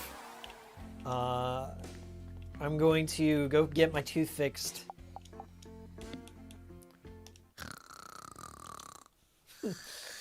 Thanks so much for turning up, guys. We are at the 2-hour mark here. I'm gonna pour myself some coffee. I think I might call things here at about noon, so we'll see where it goes. This is my thermos. If you can't tell, your boy Hikiko here has been on a new diet / exercise routine. So part of that lifestyle, I guess, is now preparing my own foods. That's been the thing that's been holding me back. Got down, like I dropped a bunch of weight since the summertime. So it's starting to show in my face, yay. But I've been keeping a routine. I've been going to the gym all the time. But another part of that is like my diet and trying to make sure I'm not going out to eat all the time. So I'm learning to bake, and I'm buying foods that have the fewest ingredients possible. And in America, that is very difficult to do. It is like really difficult to do. If you pick up like any candy bar, anything off the shelf, and you just see like 40 ingredients, I can't be eating that. And it's been rough. I have a few vices though. Like I still like Reese's, but I don't eat as many Reese's. So I've been learning to bake. I've been making my own like cookies out of homemade ingredients. I've been eating some more fish, which is, I never eat fish. And so I'm incorporating that into my diet, making my own meals. Like starting out today, I made oatmeal. I made oatmeal, blueberries, some brown sugar, and that's a pretty healthy thing. Hitting the peanut butter, hitting the protein, and I've been feeling better. Like up here and then just overall. So that's been my life. Hitting the gym, hitting the games. Neat life. But I enjoy it. I usually don't go at peak hours. So I'm trying to like get this balance, like where I'm going like where there's not too many people in the gym. Like I have people that I'm related to that have gotten breakthrough COVID or have gotten the Delta variant. And yeah, I'm trying to be a little bit more careful come the fall. Okay, I'm not completely paranoid. I've actually loosened up quite a bit about this whole pandemic deal. Like, I'm not super afraid of getting it. I feel it's like an inevitable thing. Like, eventually it's going to come my way. But I'm just like, yeah, I'm vaccinated. If I get it, I get it. But I still try and keep my distance. Just, I don't like working out, and I don't like eating food in front of other people. I don't like eating meals where other people can just watch me eat a meal. I tend to just like be in my own zone. That's just kind of the person I am. Naturally introverted IRL, I guess. But I work out around all these elderly people, and the elderly people do not give a fuck if they live or die. So I guess why should I? That's how I'm looking at it. Like, I've tried to like rationalize how I'm around other people. Like, other young people, they're probably going to be fine. I'm probably not going to kill them. But there are like 80-year-old people that are at my gym. And it's just like, the worst part about it all, besides the whole crap briefs thing, the worst part about it all is they hog the gym equipment. Like, some of the machines, the worst thing is about going to the gym is like when two elderly people, two boomers make eye contact and they recognize each other.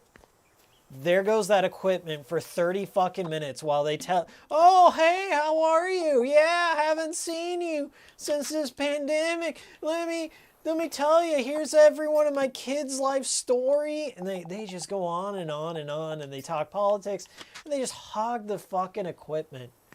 And like, none of them are wearing masks, so it's like, why should I give a fuck? Like, they don't care. but that's kind of how it's going right now. Is I just kind of go not at peak hours. Like, I'll go when it's like really early in the morning or a little bit later on in the day, because I just can't stand. Like, I don't even care so much anymore. Like, I've done what I need to do. Okay, and you can't save everybody. You can't. The thing is, you can't save people from themselves. Like, I'm not going to preach to anyone. I just don't think that's the right approach to things. I've just never been that kind of guy. Like, I guess I've accepted that throughout my life, I'm going to run into people with different opinions. I'm going to different beliefs on things. And it's really not my job to, like, hey, you're 85 years old and you will die if you get this. Like, they know. At this point, they know. Like, what am I going to do? Like, what am I going to... If I kill somebody, if they die, they die, and it's sad, but, like, I can't... I mean, is it any worse than anything else that could kill them? They've lived a good life. They've lived hashtag the good life. Probably better than me. But the benefit of the boomers getting the boomer remover is the gym equipment starts to free up.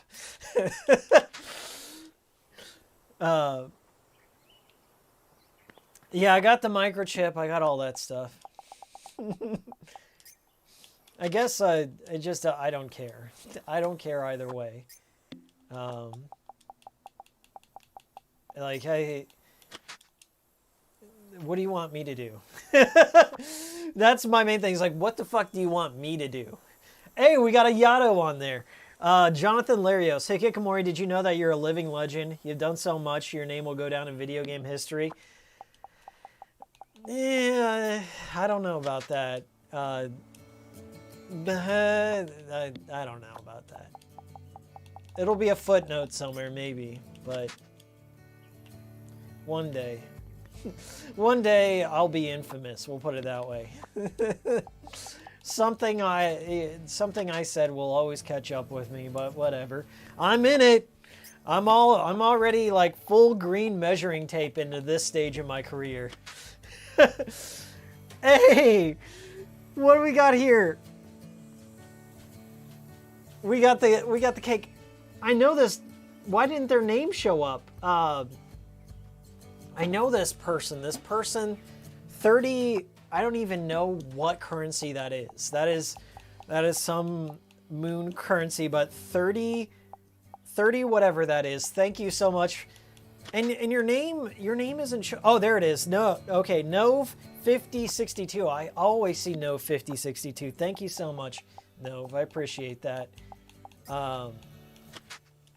As I said, I'm at the green measuring tape stage of my career on YouTube. I'm about to drop them dick pics on Twitter. No, I just feel that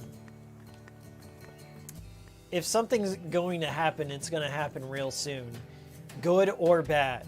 I feel that way because I have a wild idea that I think will work, but a lot of things have got to come into place. So I've been working on this idea for a very, very long time, and I haven't told anyone except for one person, and that one person knows because they're involved, but none of my personal friends know what I'm working on. So I tend to keep it that way because unfortunately, whenever you start saying things, I believe like karma comes around. Like either something you say, something happens in life and then you can't do it. So I don't want that to happen. And I don't want anyone like running away with the idea. So, okay, I'm sorry, I gotta keep it a secret, but something big is on its way. Okay, something big is on its way. And you may come back to the next cool stream and say, okay, Hikiko, now I know what's up. Now I know what you were talking about. But that was the first time I think I saw that killer cake. So I think it was Nove who popped it. That's I think the cake of doom from Illbleed. I found the gif of that. I ought to stream Illbleed for you guys sometime.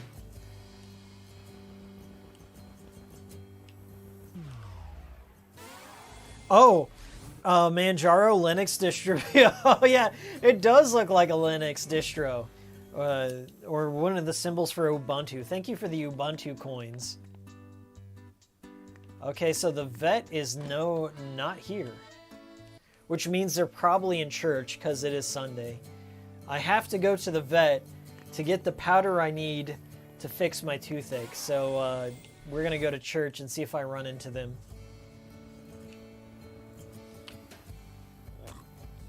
Shekels. They're shekels? I got Israeli shekels. Are you for real? They're shekels. Thank you for the shekels. I do love my shekels. I do love them. Give me more.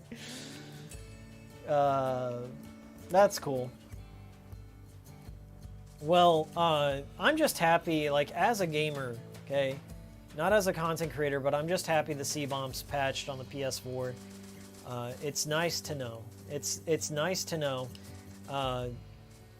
Somebody was talking to me, like, about, like, what games you're playing. And a lot of people in my Discord are this way. The kind of gamers we are. We play a lot of old games. We play a lot of games that are either old or have, like, older mechanics or, like, an old feeling about them. I would say Good Life has, like, a very old style to it, both in look and feel. So, to see some of these games disappear or get fucked over because of some DRM would just suck. And it's not to say that there won't be a homebrew solution. Like, I have a modified PS4. I've made a video on it. You can watch what I've done with it. I've made 2 videos on my modified PS4. But even still, it's just not... It's browser-based, so it's not fully there yet. It'll get there, but it's not there yet. Okay, I need to go to the vet. Do you accept Dogecoin? Yeah, I'll take it. If you're for real about that, Musicology, I'll accept Dogecoin. I do have a Bitcoin wallet. I have not advertised it at all. I think the reason why is because it's just another thing to keep track of. And I like to keep things simple. Alright, well the vet is not here, so we're going to read a book till they get here. We'll use one of these. See if they show up.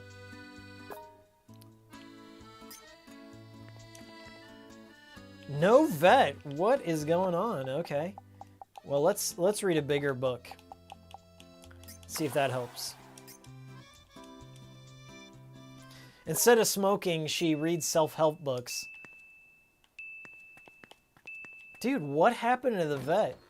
It's 4 in the morning. That's probably what happened. Musicology, where's that Doge? Convert that, you can convert that Doge into fiat, and then I'll accept that. That's currently a way to do that. Oh yeah, everyone's now a cat and a dog at the moment. That's part of the story. I'm not going to get into that right now. But that's not a spoiler. That's actually one of the main features of the game. I'll go make myself something to eat, and then I'll come back. I got to cure this toothache. Get some more cans.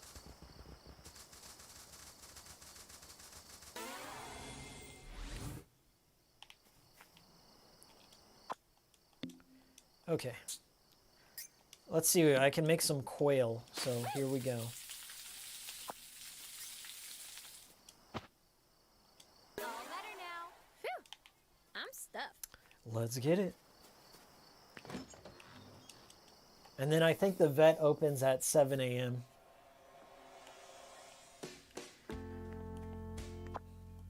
So I know one of you guys in here has finished the game. Has anyone else finished it?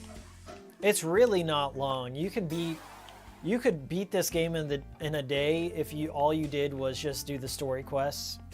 Easy.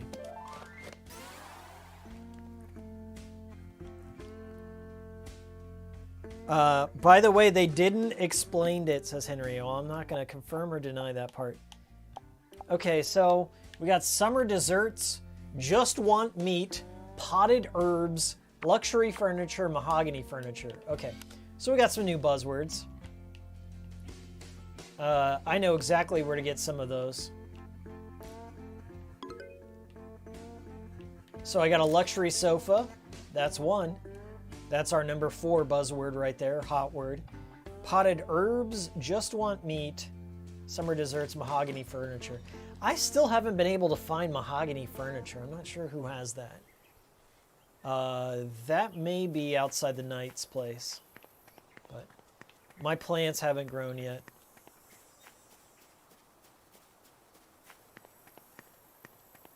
Yeah, that is Casa Pineapple music. Diego. Diego finally got... Shout out to Diego. Thank you, bro. Casa Pineapple, you can technically customize the music, but you have to remodel your home. And the kind of home that I have right now has the Casa Pineapple theme for it. So that's why you hear it at the moment. Yep, you nailed it. I've been waiting for somebody to say something. That's from Deadly Premonition 2. Just want meat? That's meat right there. That doesn't count? Okay. And we need summer desserts. I'll get that here in a second. Don't have any herbs. We got to wait a little bit till it hits 8 a.m. and then everyone reverts back to normal. Sweet. Yeah, because everyone in the town, what's that? There's a buzzword nearby. Where is it? Something's making it pop. Is it this cat? No? What's making it pop? Oh, potted herbs, I guess. Are they in frame? Where are the herbs? I don't see the herbs, but apparently it'll count. Okay, so the daylight comes and it lifts the terrible curse, Simon's Quest style. Something over here is counting as potted herbs, so whatever, we got it. I'm not sure what it is, but if it counts, it counts. I don't care. So then we need summer desserts. Bruno over here is the chef. So there is a dessert. I think it's...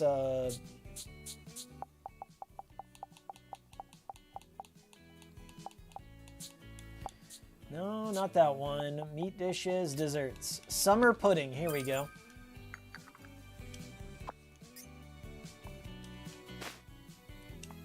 Yeah, Henry, you didn't know about the Casa Pineapple thing? That's like one of my favorite things I unlocked. Okay. All right. So we got that. Oh, and I memorized it too. So another thing in this game is whenever you eat the food enough times, she figures out how to make it. So you can make it at your kitchen or any of the campsites. Cool stuff, cool stuff. What do I got? What do I got? I got potted herbs. Yeah, it's just zooming in on something here. but I already got it. I need mahogany furniture and just want meat. Let's see if I make a steak, if that counts. Oh, I gotta go to the vet real quick. Let me do that. The vet is this way. I do gotta get a photo of this broom here. Does that count as potted herbs? What is this counting as? It's triggering something. You can see that red exclamation mark right there. It's triggering something. I'm not sure if that counts as potted herbs. Usually it tells you. Oh, that's another one.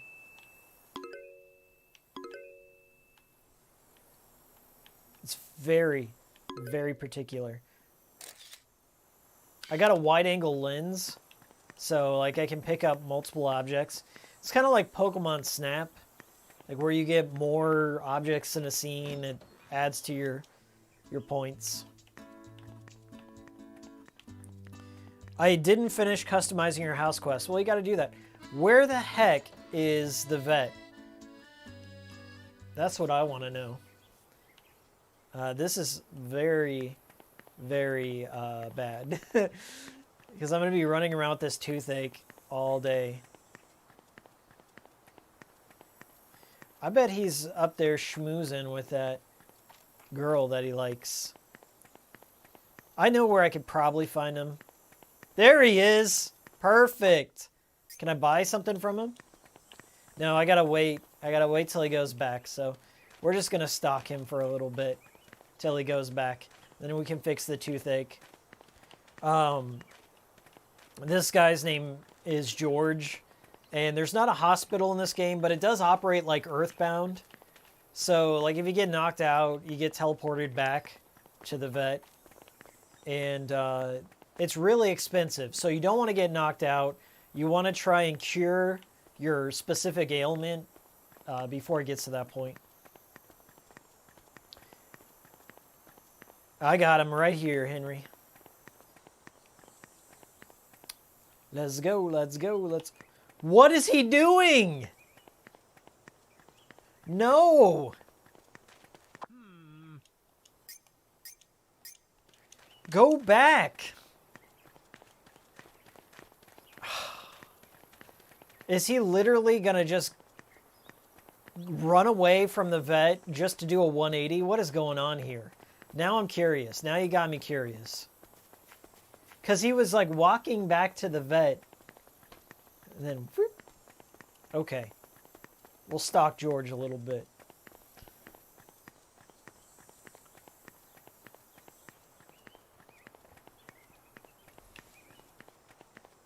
I bet he's going to go up there. I guarantee. See that bench on the hill? Right up here? His ass, well, it was there. Okay, right there. That bench. I bet his ass is going to go park it right up there.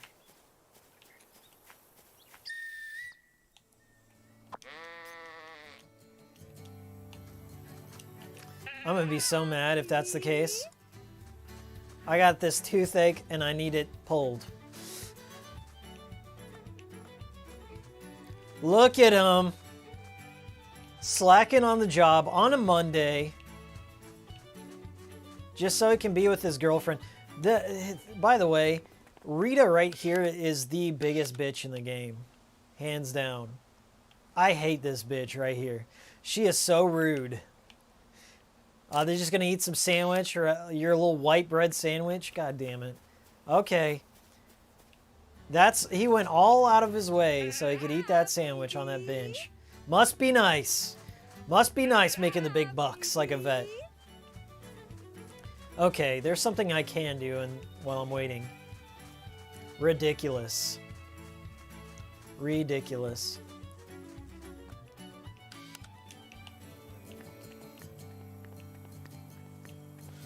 So I'm on the lookout. I can go upload some of the photos I have right now. I'll do that. I gotta find mahogany furniture and just want meat. Just want meat.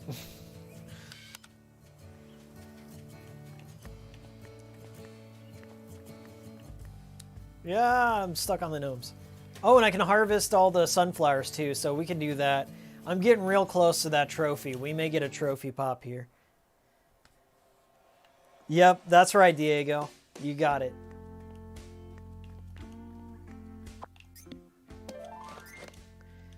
Everyone in general is just kind of a rude asshole to Naomi for no good reason. And I think that we'll get the emotes off of that. That's the herb plant. That's one of the hot words. That was the dessert. Something over there counted, but I'm not going to use that one. So far, I've made $100. Let's deposit that in my pathetic bank account. Okay. Here we are. See, they get these like little buzz labels on there, so you can see which ones I hit up. So I gotta get 2, and I gotta get mahogany furniture. Yeah. Okay, let's find that meat. Let's find that furniture.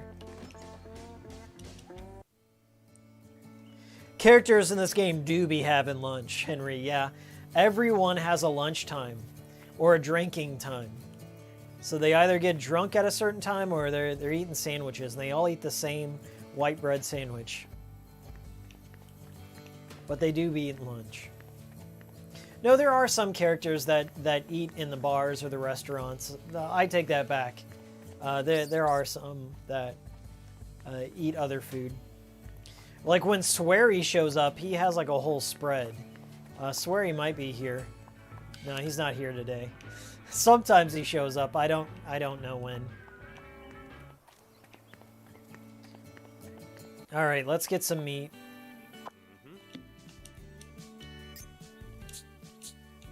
I gotta get rid of this toothache.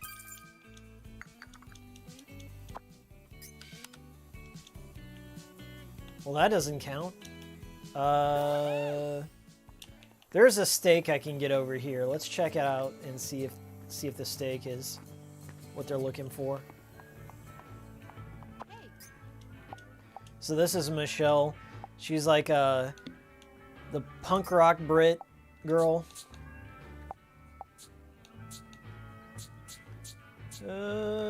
There is an Irish steak. We'll try that.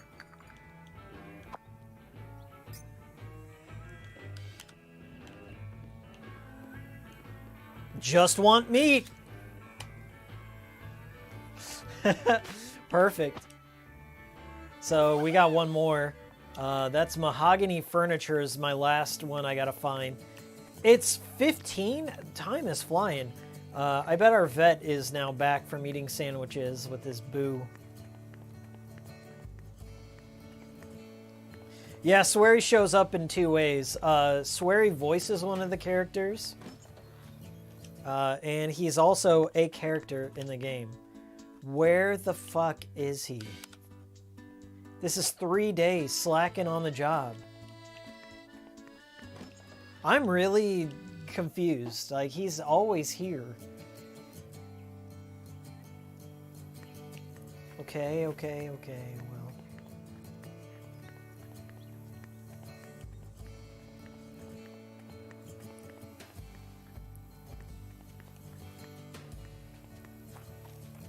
He might show up, Swery. If he does, I'll let you guys know. But it's random. I think he only shows up on Fridays or something like that.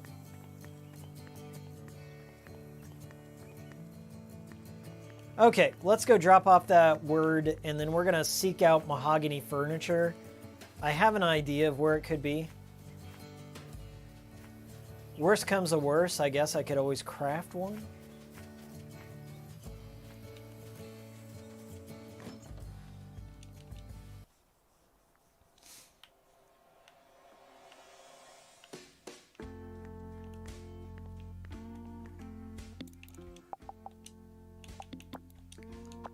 All right, that's our meat. And then I've got to just get mahogany furniture and we're done with all those. Let's go harvest some No monkey, huh? Says Diego. Sharapova's in here. You can get Sharapova. I'm not sure if he's Kickstarter exclusive, but I have seen him. Swear he's a little monkey.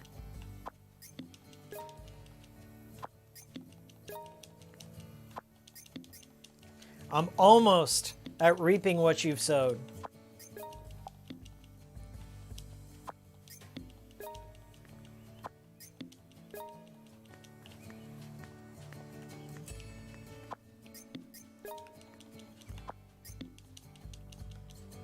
I gotta be like 25 away or something like that. I'm really close.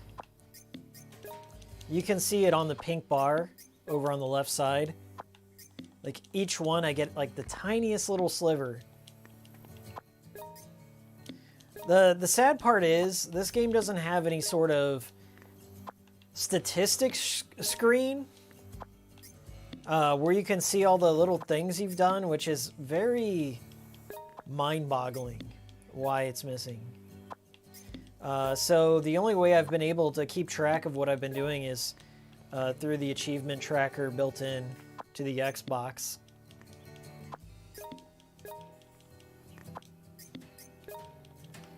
Almost there. I think one more round ought to do it, so I gotta plant some more. We're gonna do some planting. Okay, here we go, here we go.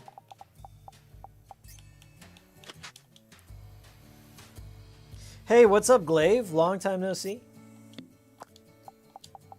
I got the true ending in Million Onion Hotel. Hell yes. Glaive-san, I haven't done it lately, but I was on the leaderboard for 3rd place on Million Onion Hotel last month. I was playing it a bunch. If you see the name Sumio Mondo, that's me. That's my name for Million Onion Hotel. Sumio Mondo. I love that game. That's probably my favorite out of the Onion games. But Mon Amour is also very good. I think that's probably the smartest strategy. Is like Onion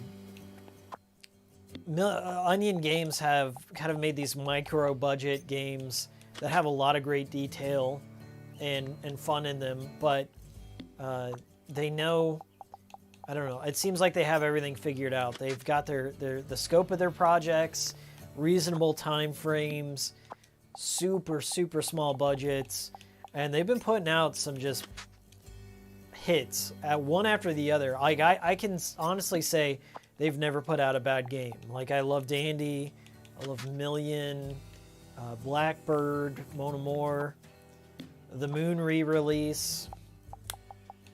Perfect. They shared my video. I was very humbled that they watched it. Like Kimura, he tweeted it out and they posted it up on their website. So that was really cool of them to do that. Hopefully it inspired some people to check it out, because it definitely deserves more love. Onion Games is like one of the best indie developers out there, bar none. And they have this signature style all throughout that, like the weird characters, that kind of like odd language that they use, like that vocalized language that they use, how everything is presented in scat. All the music is scat and very well done too. The composer for the Suikoden series, which is like one of my all-time favorite RPGs, is working with them. So they got great talent on board. And of course, like just their characters and weird things that you have to do in the game, just perfect. Dandy Dungeon's great. I found out after you beat Dandy Dungeon, you unlock an entire new game, Dandy Dungeon 2. They built the sequel into the main game. And I didn't mention that in my video because I hadn't beat it yet. And once you get there, you unlock Dandy Dungeon 2. It's crazy. I got it on the Switch. It's on the Switch. It's on the PC. I don't think it's on mobile phones anymore. That's where I was playing it mostly, was on mobile phones, and then right after my video, they announced it was coming back to life on the Switch. So if you haven't played it, you'll love Dandy Dungeon. Everyone I've showed it to got hooked on it. It's a very, very fun puzzle / RPG.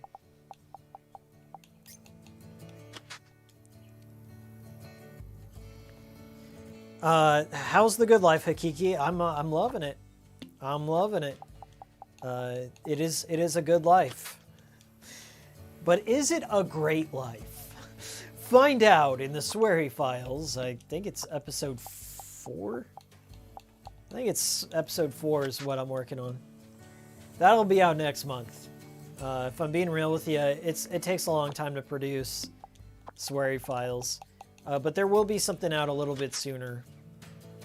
A crazy video, another crazy thing I've got. I can't tell you anything about it. You unlocked Dandy Dungeon 3 as well? Well, I haven't got that far, but that's crazy. They just built all the sequels into one game, and they don't clue you in that will happen, so. A lot of content there. I'd say Dandy Dungeon's their most robust in terms of content. Million Onion is probably the one that has like the most pick up and play. Kirk says he likes Blackbird better, and if you like shoot 'em ups, Blackbird is a fine game. I've beaten Blackbird like 5 or 6 times, but the true story mode is so tough. So if you want to do the true story, that's gonna take some time. But yeah, they haven't made a bad game. Anything by Onion Games is great.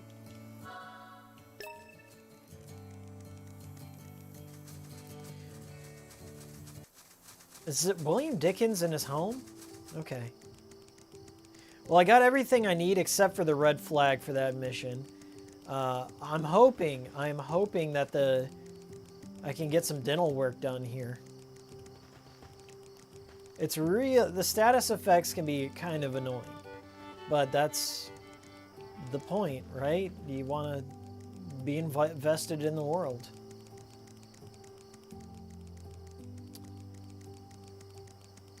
Is it closed? Bro, okay, I was gonna say. He might not be here.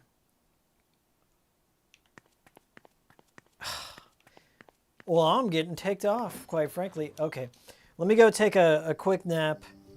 I'll see if I can catch him. And if not, we're just gonna move forward because I need this tooth fixed.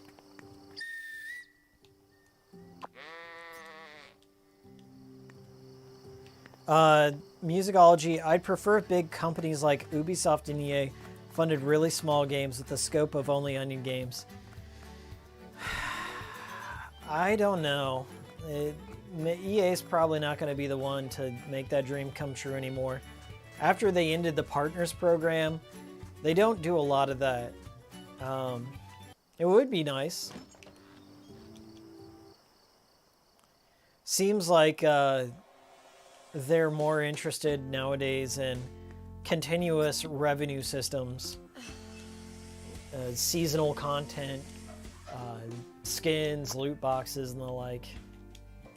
That's what you're gonna get, or you're gonna get micro budget games. But I can say as a backer of The Good Life that I am satisfied with my investment. I've gotten my money's worth out of it already. But I don't know that everyone else can say the same. Oh, it's the night cycle. Let me sleep past this real quick. You gotta sleep twice on nights like this.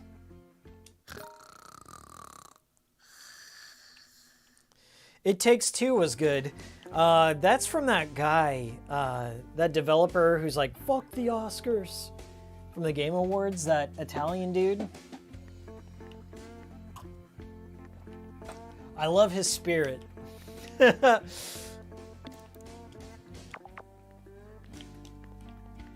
It Takes Two. I saw My Life in Gaming played that. Oh, I got a cold. Dang it. So now I got to get the cold and the toothache fixed. Yeah, baby. Well, let's try. That's all we can do. Yeah, baby. Yeah, baby. That's gonna get stuck in your head if it hasn't already. Baby.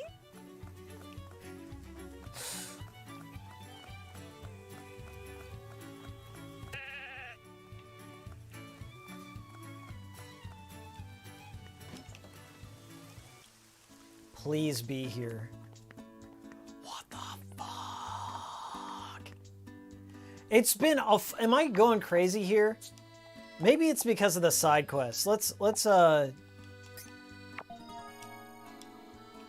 sometimes the side quests interfere with character positions. But I'm pissed. This is ridiculous. I will not stand for this.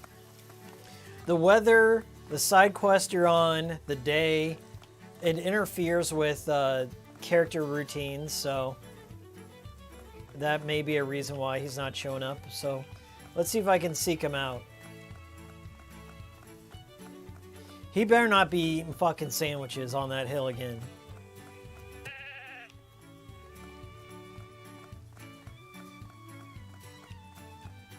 I got all this shit that's breaking. My teeth, my sinuses, everything. So my stamina's been like halved. My stomach capacity's been halved. Bullshit. There's something I could do. So this is a really cheap way. You guys want to know the cheapest way to get everything fixed? I'm going to show you. This is a little hack. Hikiko hack right here.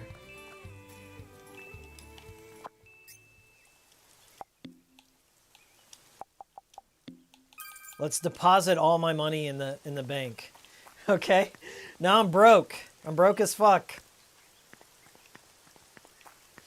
So this is one thing you can do, and this is another thing that I eventually got to do because grinding. You gotta grind all the sheep shit. So I've deposited all my money. I think it doesn't affect your... It's only your cash on hand is what I think. So I gotta go pick a fight. So we're gonna go pick a fight. Yeah, I did get cucked by this sandwich-eating doctor. He just can't stop eating fucking sandwiches. I don't know what to say. So we're gonna find a ferocious beast.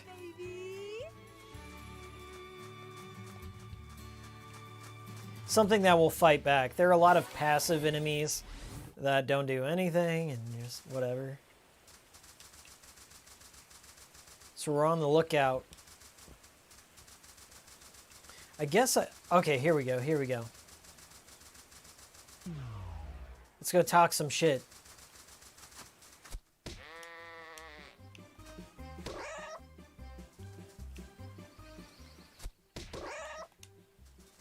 This is what Mark does. He's done this like 100 times. Naomi, what are you All right, so I got 0 cash on hand. Let's see if he'll fix me up.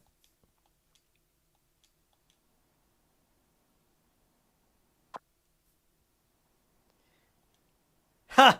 I took the necessary funds out of your wallet. I didn't have shit in that wallet. I was broke as a joke. Really, no. Look at that. If he's not gonna... Oh, my tooth. My tooth. Ah, oh, dang it. It doesn't cure the ailments. Dang it. I thought I had that one figured out, but... I completely went in there with no funds. Like, doesn't Europe have better healthcare than we do? Shouldn't that be the case always? I don't know. There's something else I could do, I guess, to fix this because, god dang, it just, yeah, so I got all my money. All my money's good. All my money's good. Okay, we're going to withdraw some, though. I guess I'll just keep $1,000 on me, just in case. Well, that wasn't my solution that I was looking for. There's another person in town that runs a pharmacy. This is ridiculous. I'll have to ask Mark about that, like why George isn't showing up in the vet. That's kind of annoying.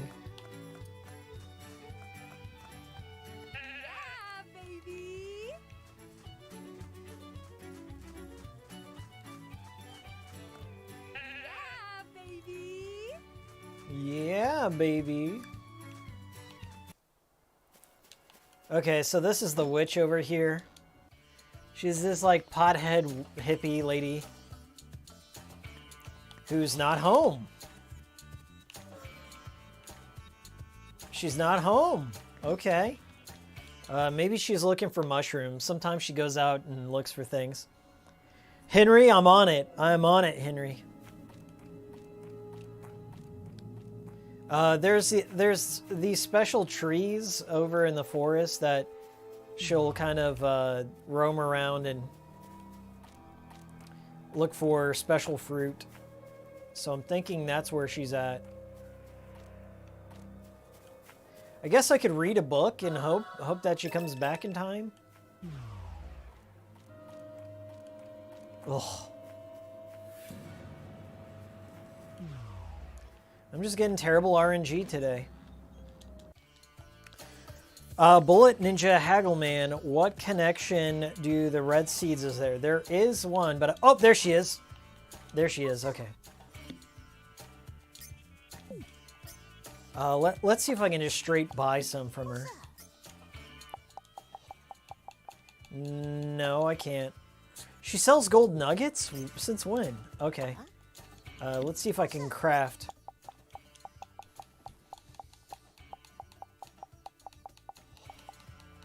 toothache medicine. Oh, I gotta have some mint seeds, rare butterflies. Tear fruit, 6 of them? Good God. No fucking way. This is ridiculous. That is beyond the pale. I am not gonna go hunting for all those materials when I can just go to the store and buy them. So we're just gonna hope he shows back up, because there's that grind. Get it out of here. Get it out of my face. I don't even want to see it. I would literally be here for 4 hours trying to get all the tier fruit I need to get rid of these 2 things. That is... I don't want to hear it, sweary. That is ridiculous. Unbelievable grind, bro. It's called a grind, bro. No, I'm not going to do that. Henry, there is. I won't tell you where it's at yet. I'm saving it for... there he is! Jesus. Okay, here's a pro tip. While you're here, you buy 3 medicine. You buy 3 toothache. I don't care how expensive it is. You buy all the medicine because you don't want to craft that shit. It'll take forever. Oh, as you could see. We caught him. We finally caught him. Okay, let's go fix up Naomi. Her teeth are rotting at the moment. She's probably stinky too. She could probably use a shower. Okay, let's go fix our shit. First thing, she's got a cold. We take the cold medicine. Let's get faded on that lean. She got a toothache. Let's eat these Mentos. Her teeth are fixed. That's European healthcare for you. It just works. We'll get a burg. Deer meat burger. Arby's had it one day. I missed it. But Arby's actually sold a deer meat burger and I missed it. One of my life's regrets. One of my life's regrets. I never got that deer meat, that venison burger. We get the flapjacks. The flapjacks give us dual yield. Dual yield. Dual wield. Dual yield on everything that we scavenge as a dog. Except for in the trash can. Okay, we're good. Look at that stamina bar. Isn't that impressive? We're all fixed. We're all fixed up. Okay, now what can I do in this moment? Mahogany furniture was the last thing I gotta get. So there's this place, there's a mansion up here called the White Residence. They may have some mahogany furniture, so we're gonna go to this mansion and see if I can scope it out for mahogany furniture before it closes. Quite pungent indeed. European healthcare unfortunately doesn't cover teeth. They're still premium. Oh, okay. You know what? That does make sense. If you're thinking about British stereotypes, what's the first thing they make fun of is, like in Austin Powers, they make fun of the teeth. All right, I have bad teeth. That's luxury furniture. I get it. I have bad teeth. Yeah, okay, that makes sense. Dentistry is kind of a specialty, right? I'm not trying to dog on you Brits, okay? I'm not shitting on you. I'm just saying, like, okay, that makes sense. That makes sense. One time the stereo... Is that mahogany? That's luxury. Nope. Are you sure these chairs aren't made out of mahogany? Good God, Swery. Cut me some slack. Luxury. They all luxury. T-set. Pip pip cheerio. No. Not here. Banished Sun. I mean, I don't know. There's two minds about the whole healthcare thing. I don't want to talk about it. It sucks. I've been on both ends. I've had it, and then I've been in situations where I don't got it. It's expensive either way. It's expensive either way.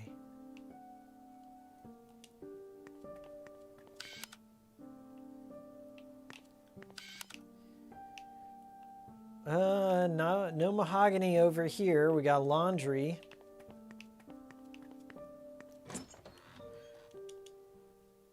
Hey, Kiko, you keeping this one up? I'm keeping this one up. I usually keep my most recent one up until the next one, and then I put everything else, the archives. If you're ever looking for the archives of the stream. By the way, if you want to know what I've made in the past, I have... Just click on my front page. Click on my channel name. I have all the cool streams. I have every video I've made. They're up there.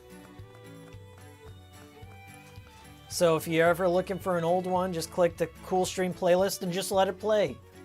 Loop it. Watch it on 2x speed. Watch it on mute. I don't care. You can do that. There's no rules against it. As far as I know. Just watch them forever. Just open up 7 tabs and watch all the videos. I can't stop you. I can't stop you from doing that if you wanted to do that. Yeah, all the old cool streams are up there, bud. So we're looking for mahogany furniture. Okay, so shout it out if you see anything that... I've seen a lot of things that look like they were made out of wood. Apart from the Let It Die one, yes, the infamous Let It Die one. For everyone's good, I probably had to pull that. That was like 7 hours of just madness. Antique chair. Do you guys want to meet my cat? I have a cat. I don't call it, okay, don't call it old cat's replacement. You can't replace old cat in my heart. But I have a kitten. Let me introduce you. Hold up. It'll be a first.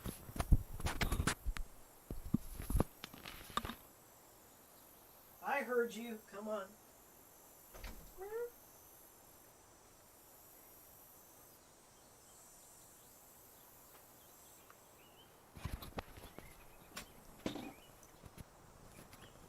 Dish baby pepper. Can you hear it?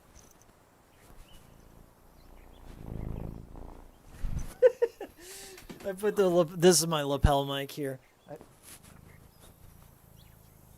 This is Pepper. She's so excited to be on the stream. She's 6 months old. Shit.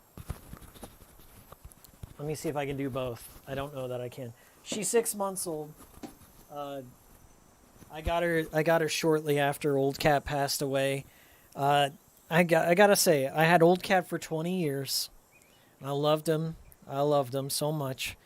And you never realize how big of a part cats and animals are in your routine until they're not there anymore. And I needed another pet in my life, and Pepper came along. And so I've had Pepper. This is my 3rd month with Pepper, and she is wild. I think she's crazier than Old Cat, if that were possible. She gets into so much trouble, but the cool thing about this cat is she goes from like 100% bad girl to 0%. She just passes out. I think she has narcolepsy. She lays on her back. She's the only cat and animal I've ever had that just like passes out like a human. She'll get up on my recliner and just dead. Just dead to the world. And she'll kick in and watch me play games, and she's already a hunter. She's like hunted out mice and bugs and stuff. She's a really good girl. But I gotta leave. I gotta leave soon, so I gotta let her go because she wants to tear some shit up. So hold on, I'll be right back.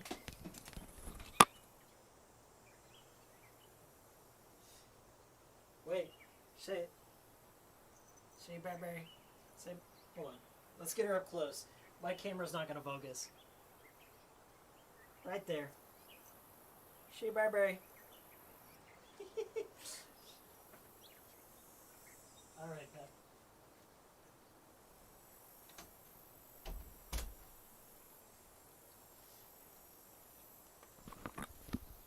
That's baby Pepper for all you OGs here who stuck out this stream. You got a little Pepper bonus. That's the first time I've introduced Pepper on the channel. Pepper hasn't been in any of the videos yet. I don't know. She's still young. But she may show up in a video from time to time. Who knows? She just isn't trained yet. She is very much a kitten. And gets into so much stuff. I've had to kitten-proof my house. And anything I hold valuable, I've put it either into storage or in another room that she does not have access to. So, yeah. But she's learning little by little, and she's very smart. Like, incredibly smart for just a kitten. But she's a healthy girl. I got her from like one of those cat cafes, and she was like in a shelter essentially with 40 other kittens. 40 other cats, I should say. 40 other cats just roaming around, spreading all their herpes and disease. Like cats get feline herpes. Like that. She was like around all these gross cats that had like respiratory infections and stuff, just roaming around, rubbing their faces everywhere. So I had to get her out of that. I was like, no.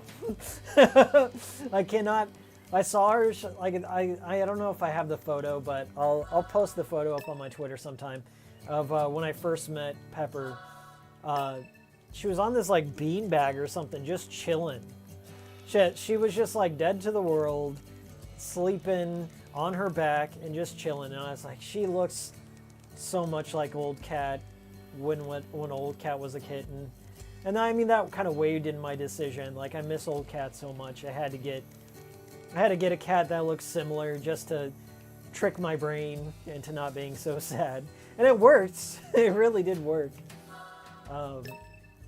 But I was like, there are so many fucking cats in this place that if I don't get her out of here, she's gonna die. And so I saved her. I'm thinking about getting a second cat just so she has a friend. But she's like really, really young right now. And I want to make sure that we've had enough time to give her individual attention and train her and stuff. Like, she's litter trained. She figured that out like day one.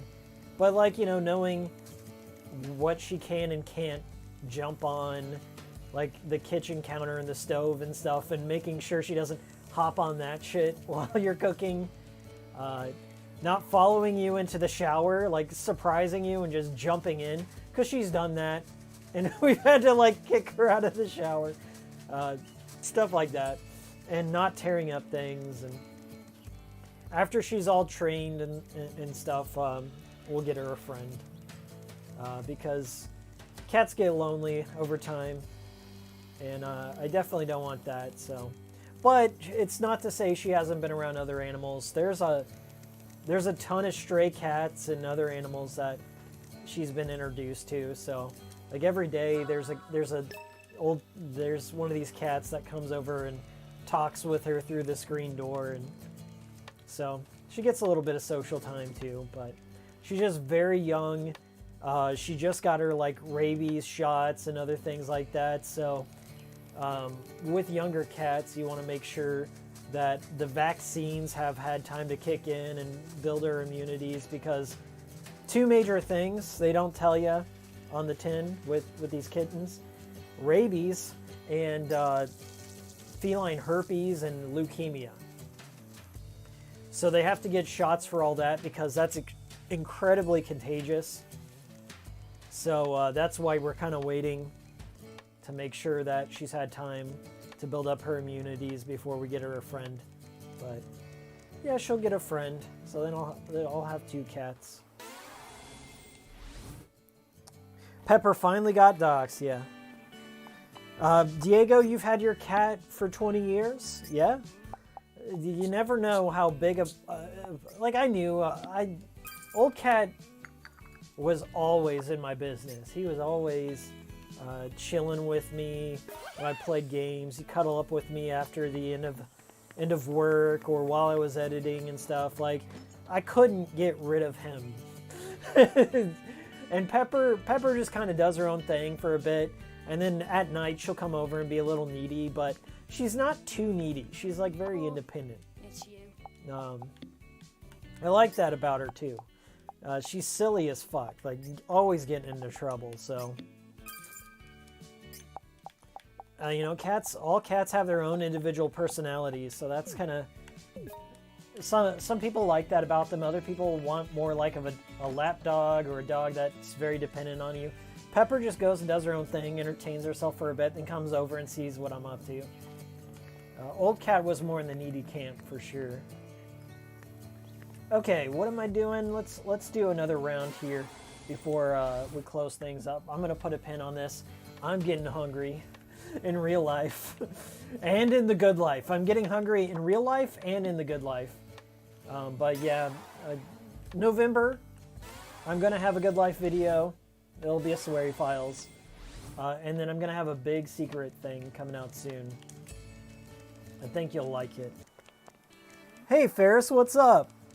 What'd you think of the protagonist of Stranger of Paradise Final Fantasy saying bullshit and then jamming number metal as he walks away, new metal? I love that about that.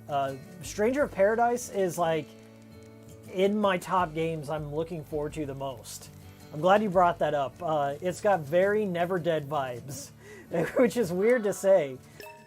People have been making fun of it, but it looks great. It looks just pure fun for me. In the kind of games I like. So I will be picking it up. I haven't decided the system yet, but Xbox, I mean, come on, that game was made for fucking Xbox. Stranger of Paradise is, I want to see more stuff like that, because Final Fantasy used to have a ton of great spin-offs, and they still do. Like, there's a new Chocobo racing game coming out. But they used to experiment more, and I'm liking what I'm seeing. And it is a prequel. It's a prequel to the whole Novalis Crystallis or whatever, the Novalis Crystallis arc. Like, it ties directly into Final Fantasy 1. So that'll be interesting to see how they do that. Oh, hey, we might get let's get a trophy or an Achievo real quick. My sunflowers have bloomed.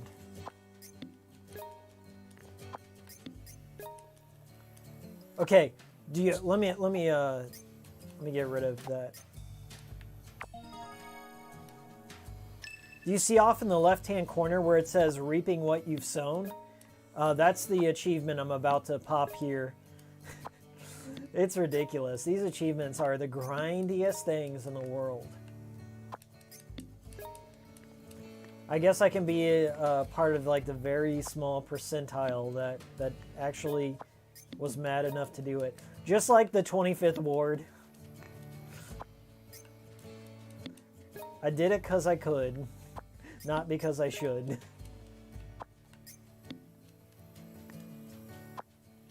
Yeah, the chaos thing. I think that's great. That's a good approach to advertising your game. Make it memeable. You make it memeable, people are like, oh yeah, that's that chaos game. I think I'll check it out. Reaping what you've sown. And I also got a notification on my PC. That's weird. See that diamond there? On 360 or whatever. Series X. Yeah, you can see all these achievements are 0.01%. Let's see most rare. I guess this is the achievement tracker. How do I see the ones that I've already finished? Progress. Yeah. Oh, okay. So these are like just the ones I haven't unlocked yet, but I'm still not sure how to do this. It's been a long time since I've done the Chivos and stuff. Okay. Oh, all achievements. Here we go.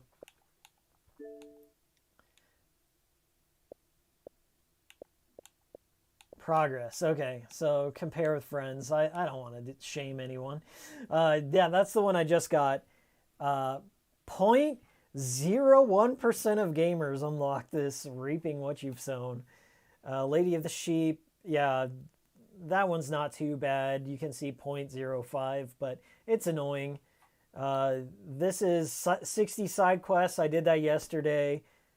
Very okay. I mean, there's plenty of quests, not too hard. 300 spots is, you have to take a piss 300 times. Not even kidding. 300 pisses. So you have to look out for these spots and then hike up your leg and piss. So I did 300 pisses. I dug up 300 items. 500 mining. Minecraft. 5 different cameras is expensive to do. 5 different gardens. I cheesed that one. I loaded a save, bought a garden, reloaded a save, bought all the other gardens. 85 dishes. Also kind of, it's easy. It's just time consuming. Drank 50 drinks. Dog gauge. These are affinities. So like if you're team dog or team cat, so like you do quests for people who are either team dog or team cat. Or you can pay money to do it. So I just paid money. You can see more people were team dog than cat. Because dog is more useful in this game, quite frankly. 14 gates. 100,000 yards. Pain in the ass. Debt free. That's beating the game. So 0.35% of people that own this on the Xbox beat it. Those aren't big numbers, my friends. The game is really not all that long. You can beat this game in like 7 hours. 300 objects. You can do that in the races. 31 shrines. You just explore the map, find the shrines. Let's see. Defeated 300 animals. Also, you can do that with a cat. That's just hunting. 14 campgrounds, 50,000 emotes, so getting popularity. And then these are the ones I have left. This is gonna take so much time. I don't even want to know. So yeah, that's where I'm at right now. So let's go back to the game. But we did it. And it got real dark because I didn't pause the game. Alright, let me harvest all this shit. Just to say I did. it's ridiculous. The grind is otherworldly. I don't know how Mark did it, but Mark is like a very data-driven guy. He busts out the Excel sheets and he's like, okay, I need this many materials for this thing, and here's a routine I've built out. So if it wasn't for him, I wouldn't find half this stuff.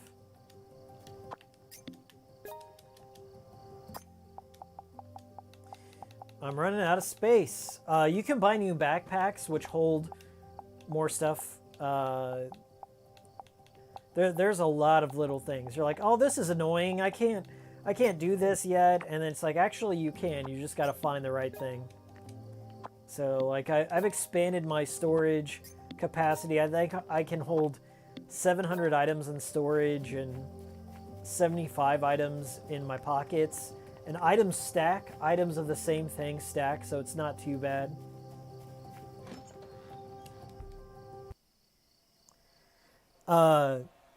Aaron4420. I've really been looking for a game to give me the same feeling DP1 or D4 gave me. That nice mix of atmosphere and immersion. How does The Good Life hold up in comparison? Sorry if you answered already. No, that's fine. Thanks for asking. I would say atmosphere-wise, if you're looking for something that's totally sweary, totally routine, little details, odd things that you can only do in his games, that is there. In terms of like mystery, the mystery is meh. Okay, it's not the best one that he's ever written. It's not as like gory or graphic or whatever. It's like more foul in the language, which is an interesting thing. But atmosphere, it's totally a sweary game through and through. You're eating things, you're crafting. Well, not crafting, but you're doing side missions. You're getting to know people's routines. There's a lot of little hidden things in here. It totally appeals to the people that have a lot of time on their hands and they look for tedious tasks. Like if you like small tedious tasks and you like doing them hundreds of times, you're gonna love this. And I can say I'm one of those people, but I don't know that it's for everyone. I'll talk more in detail when I get to my video on it. But yeah, that's where I'm at. All right. Shout outs to everyone who joined. Thank you so much for all the super chats. That really does help out. I have a pretty big expense. Pretty big fucking expense for this next video that I'm making. So I really do appreciate it. I've pinned up top. I don't shill it enough, but all my links, I've got a link tree up top. You can click that. It takes you to all my socials and Patreon and stuff. So where you can follow me there, support the channel, appreciate that. If you're watching on the archive, thanks. There's a cool stream playlist. All the cool streams of past are in that playlist, so you can watch it there. Almost all of them.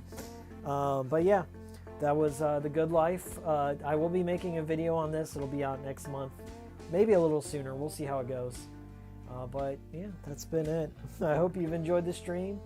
See y'all next time. Leave that like.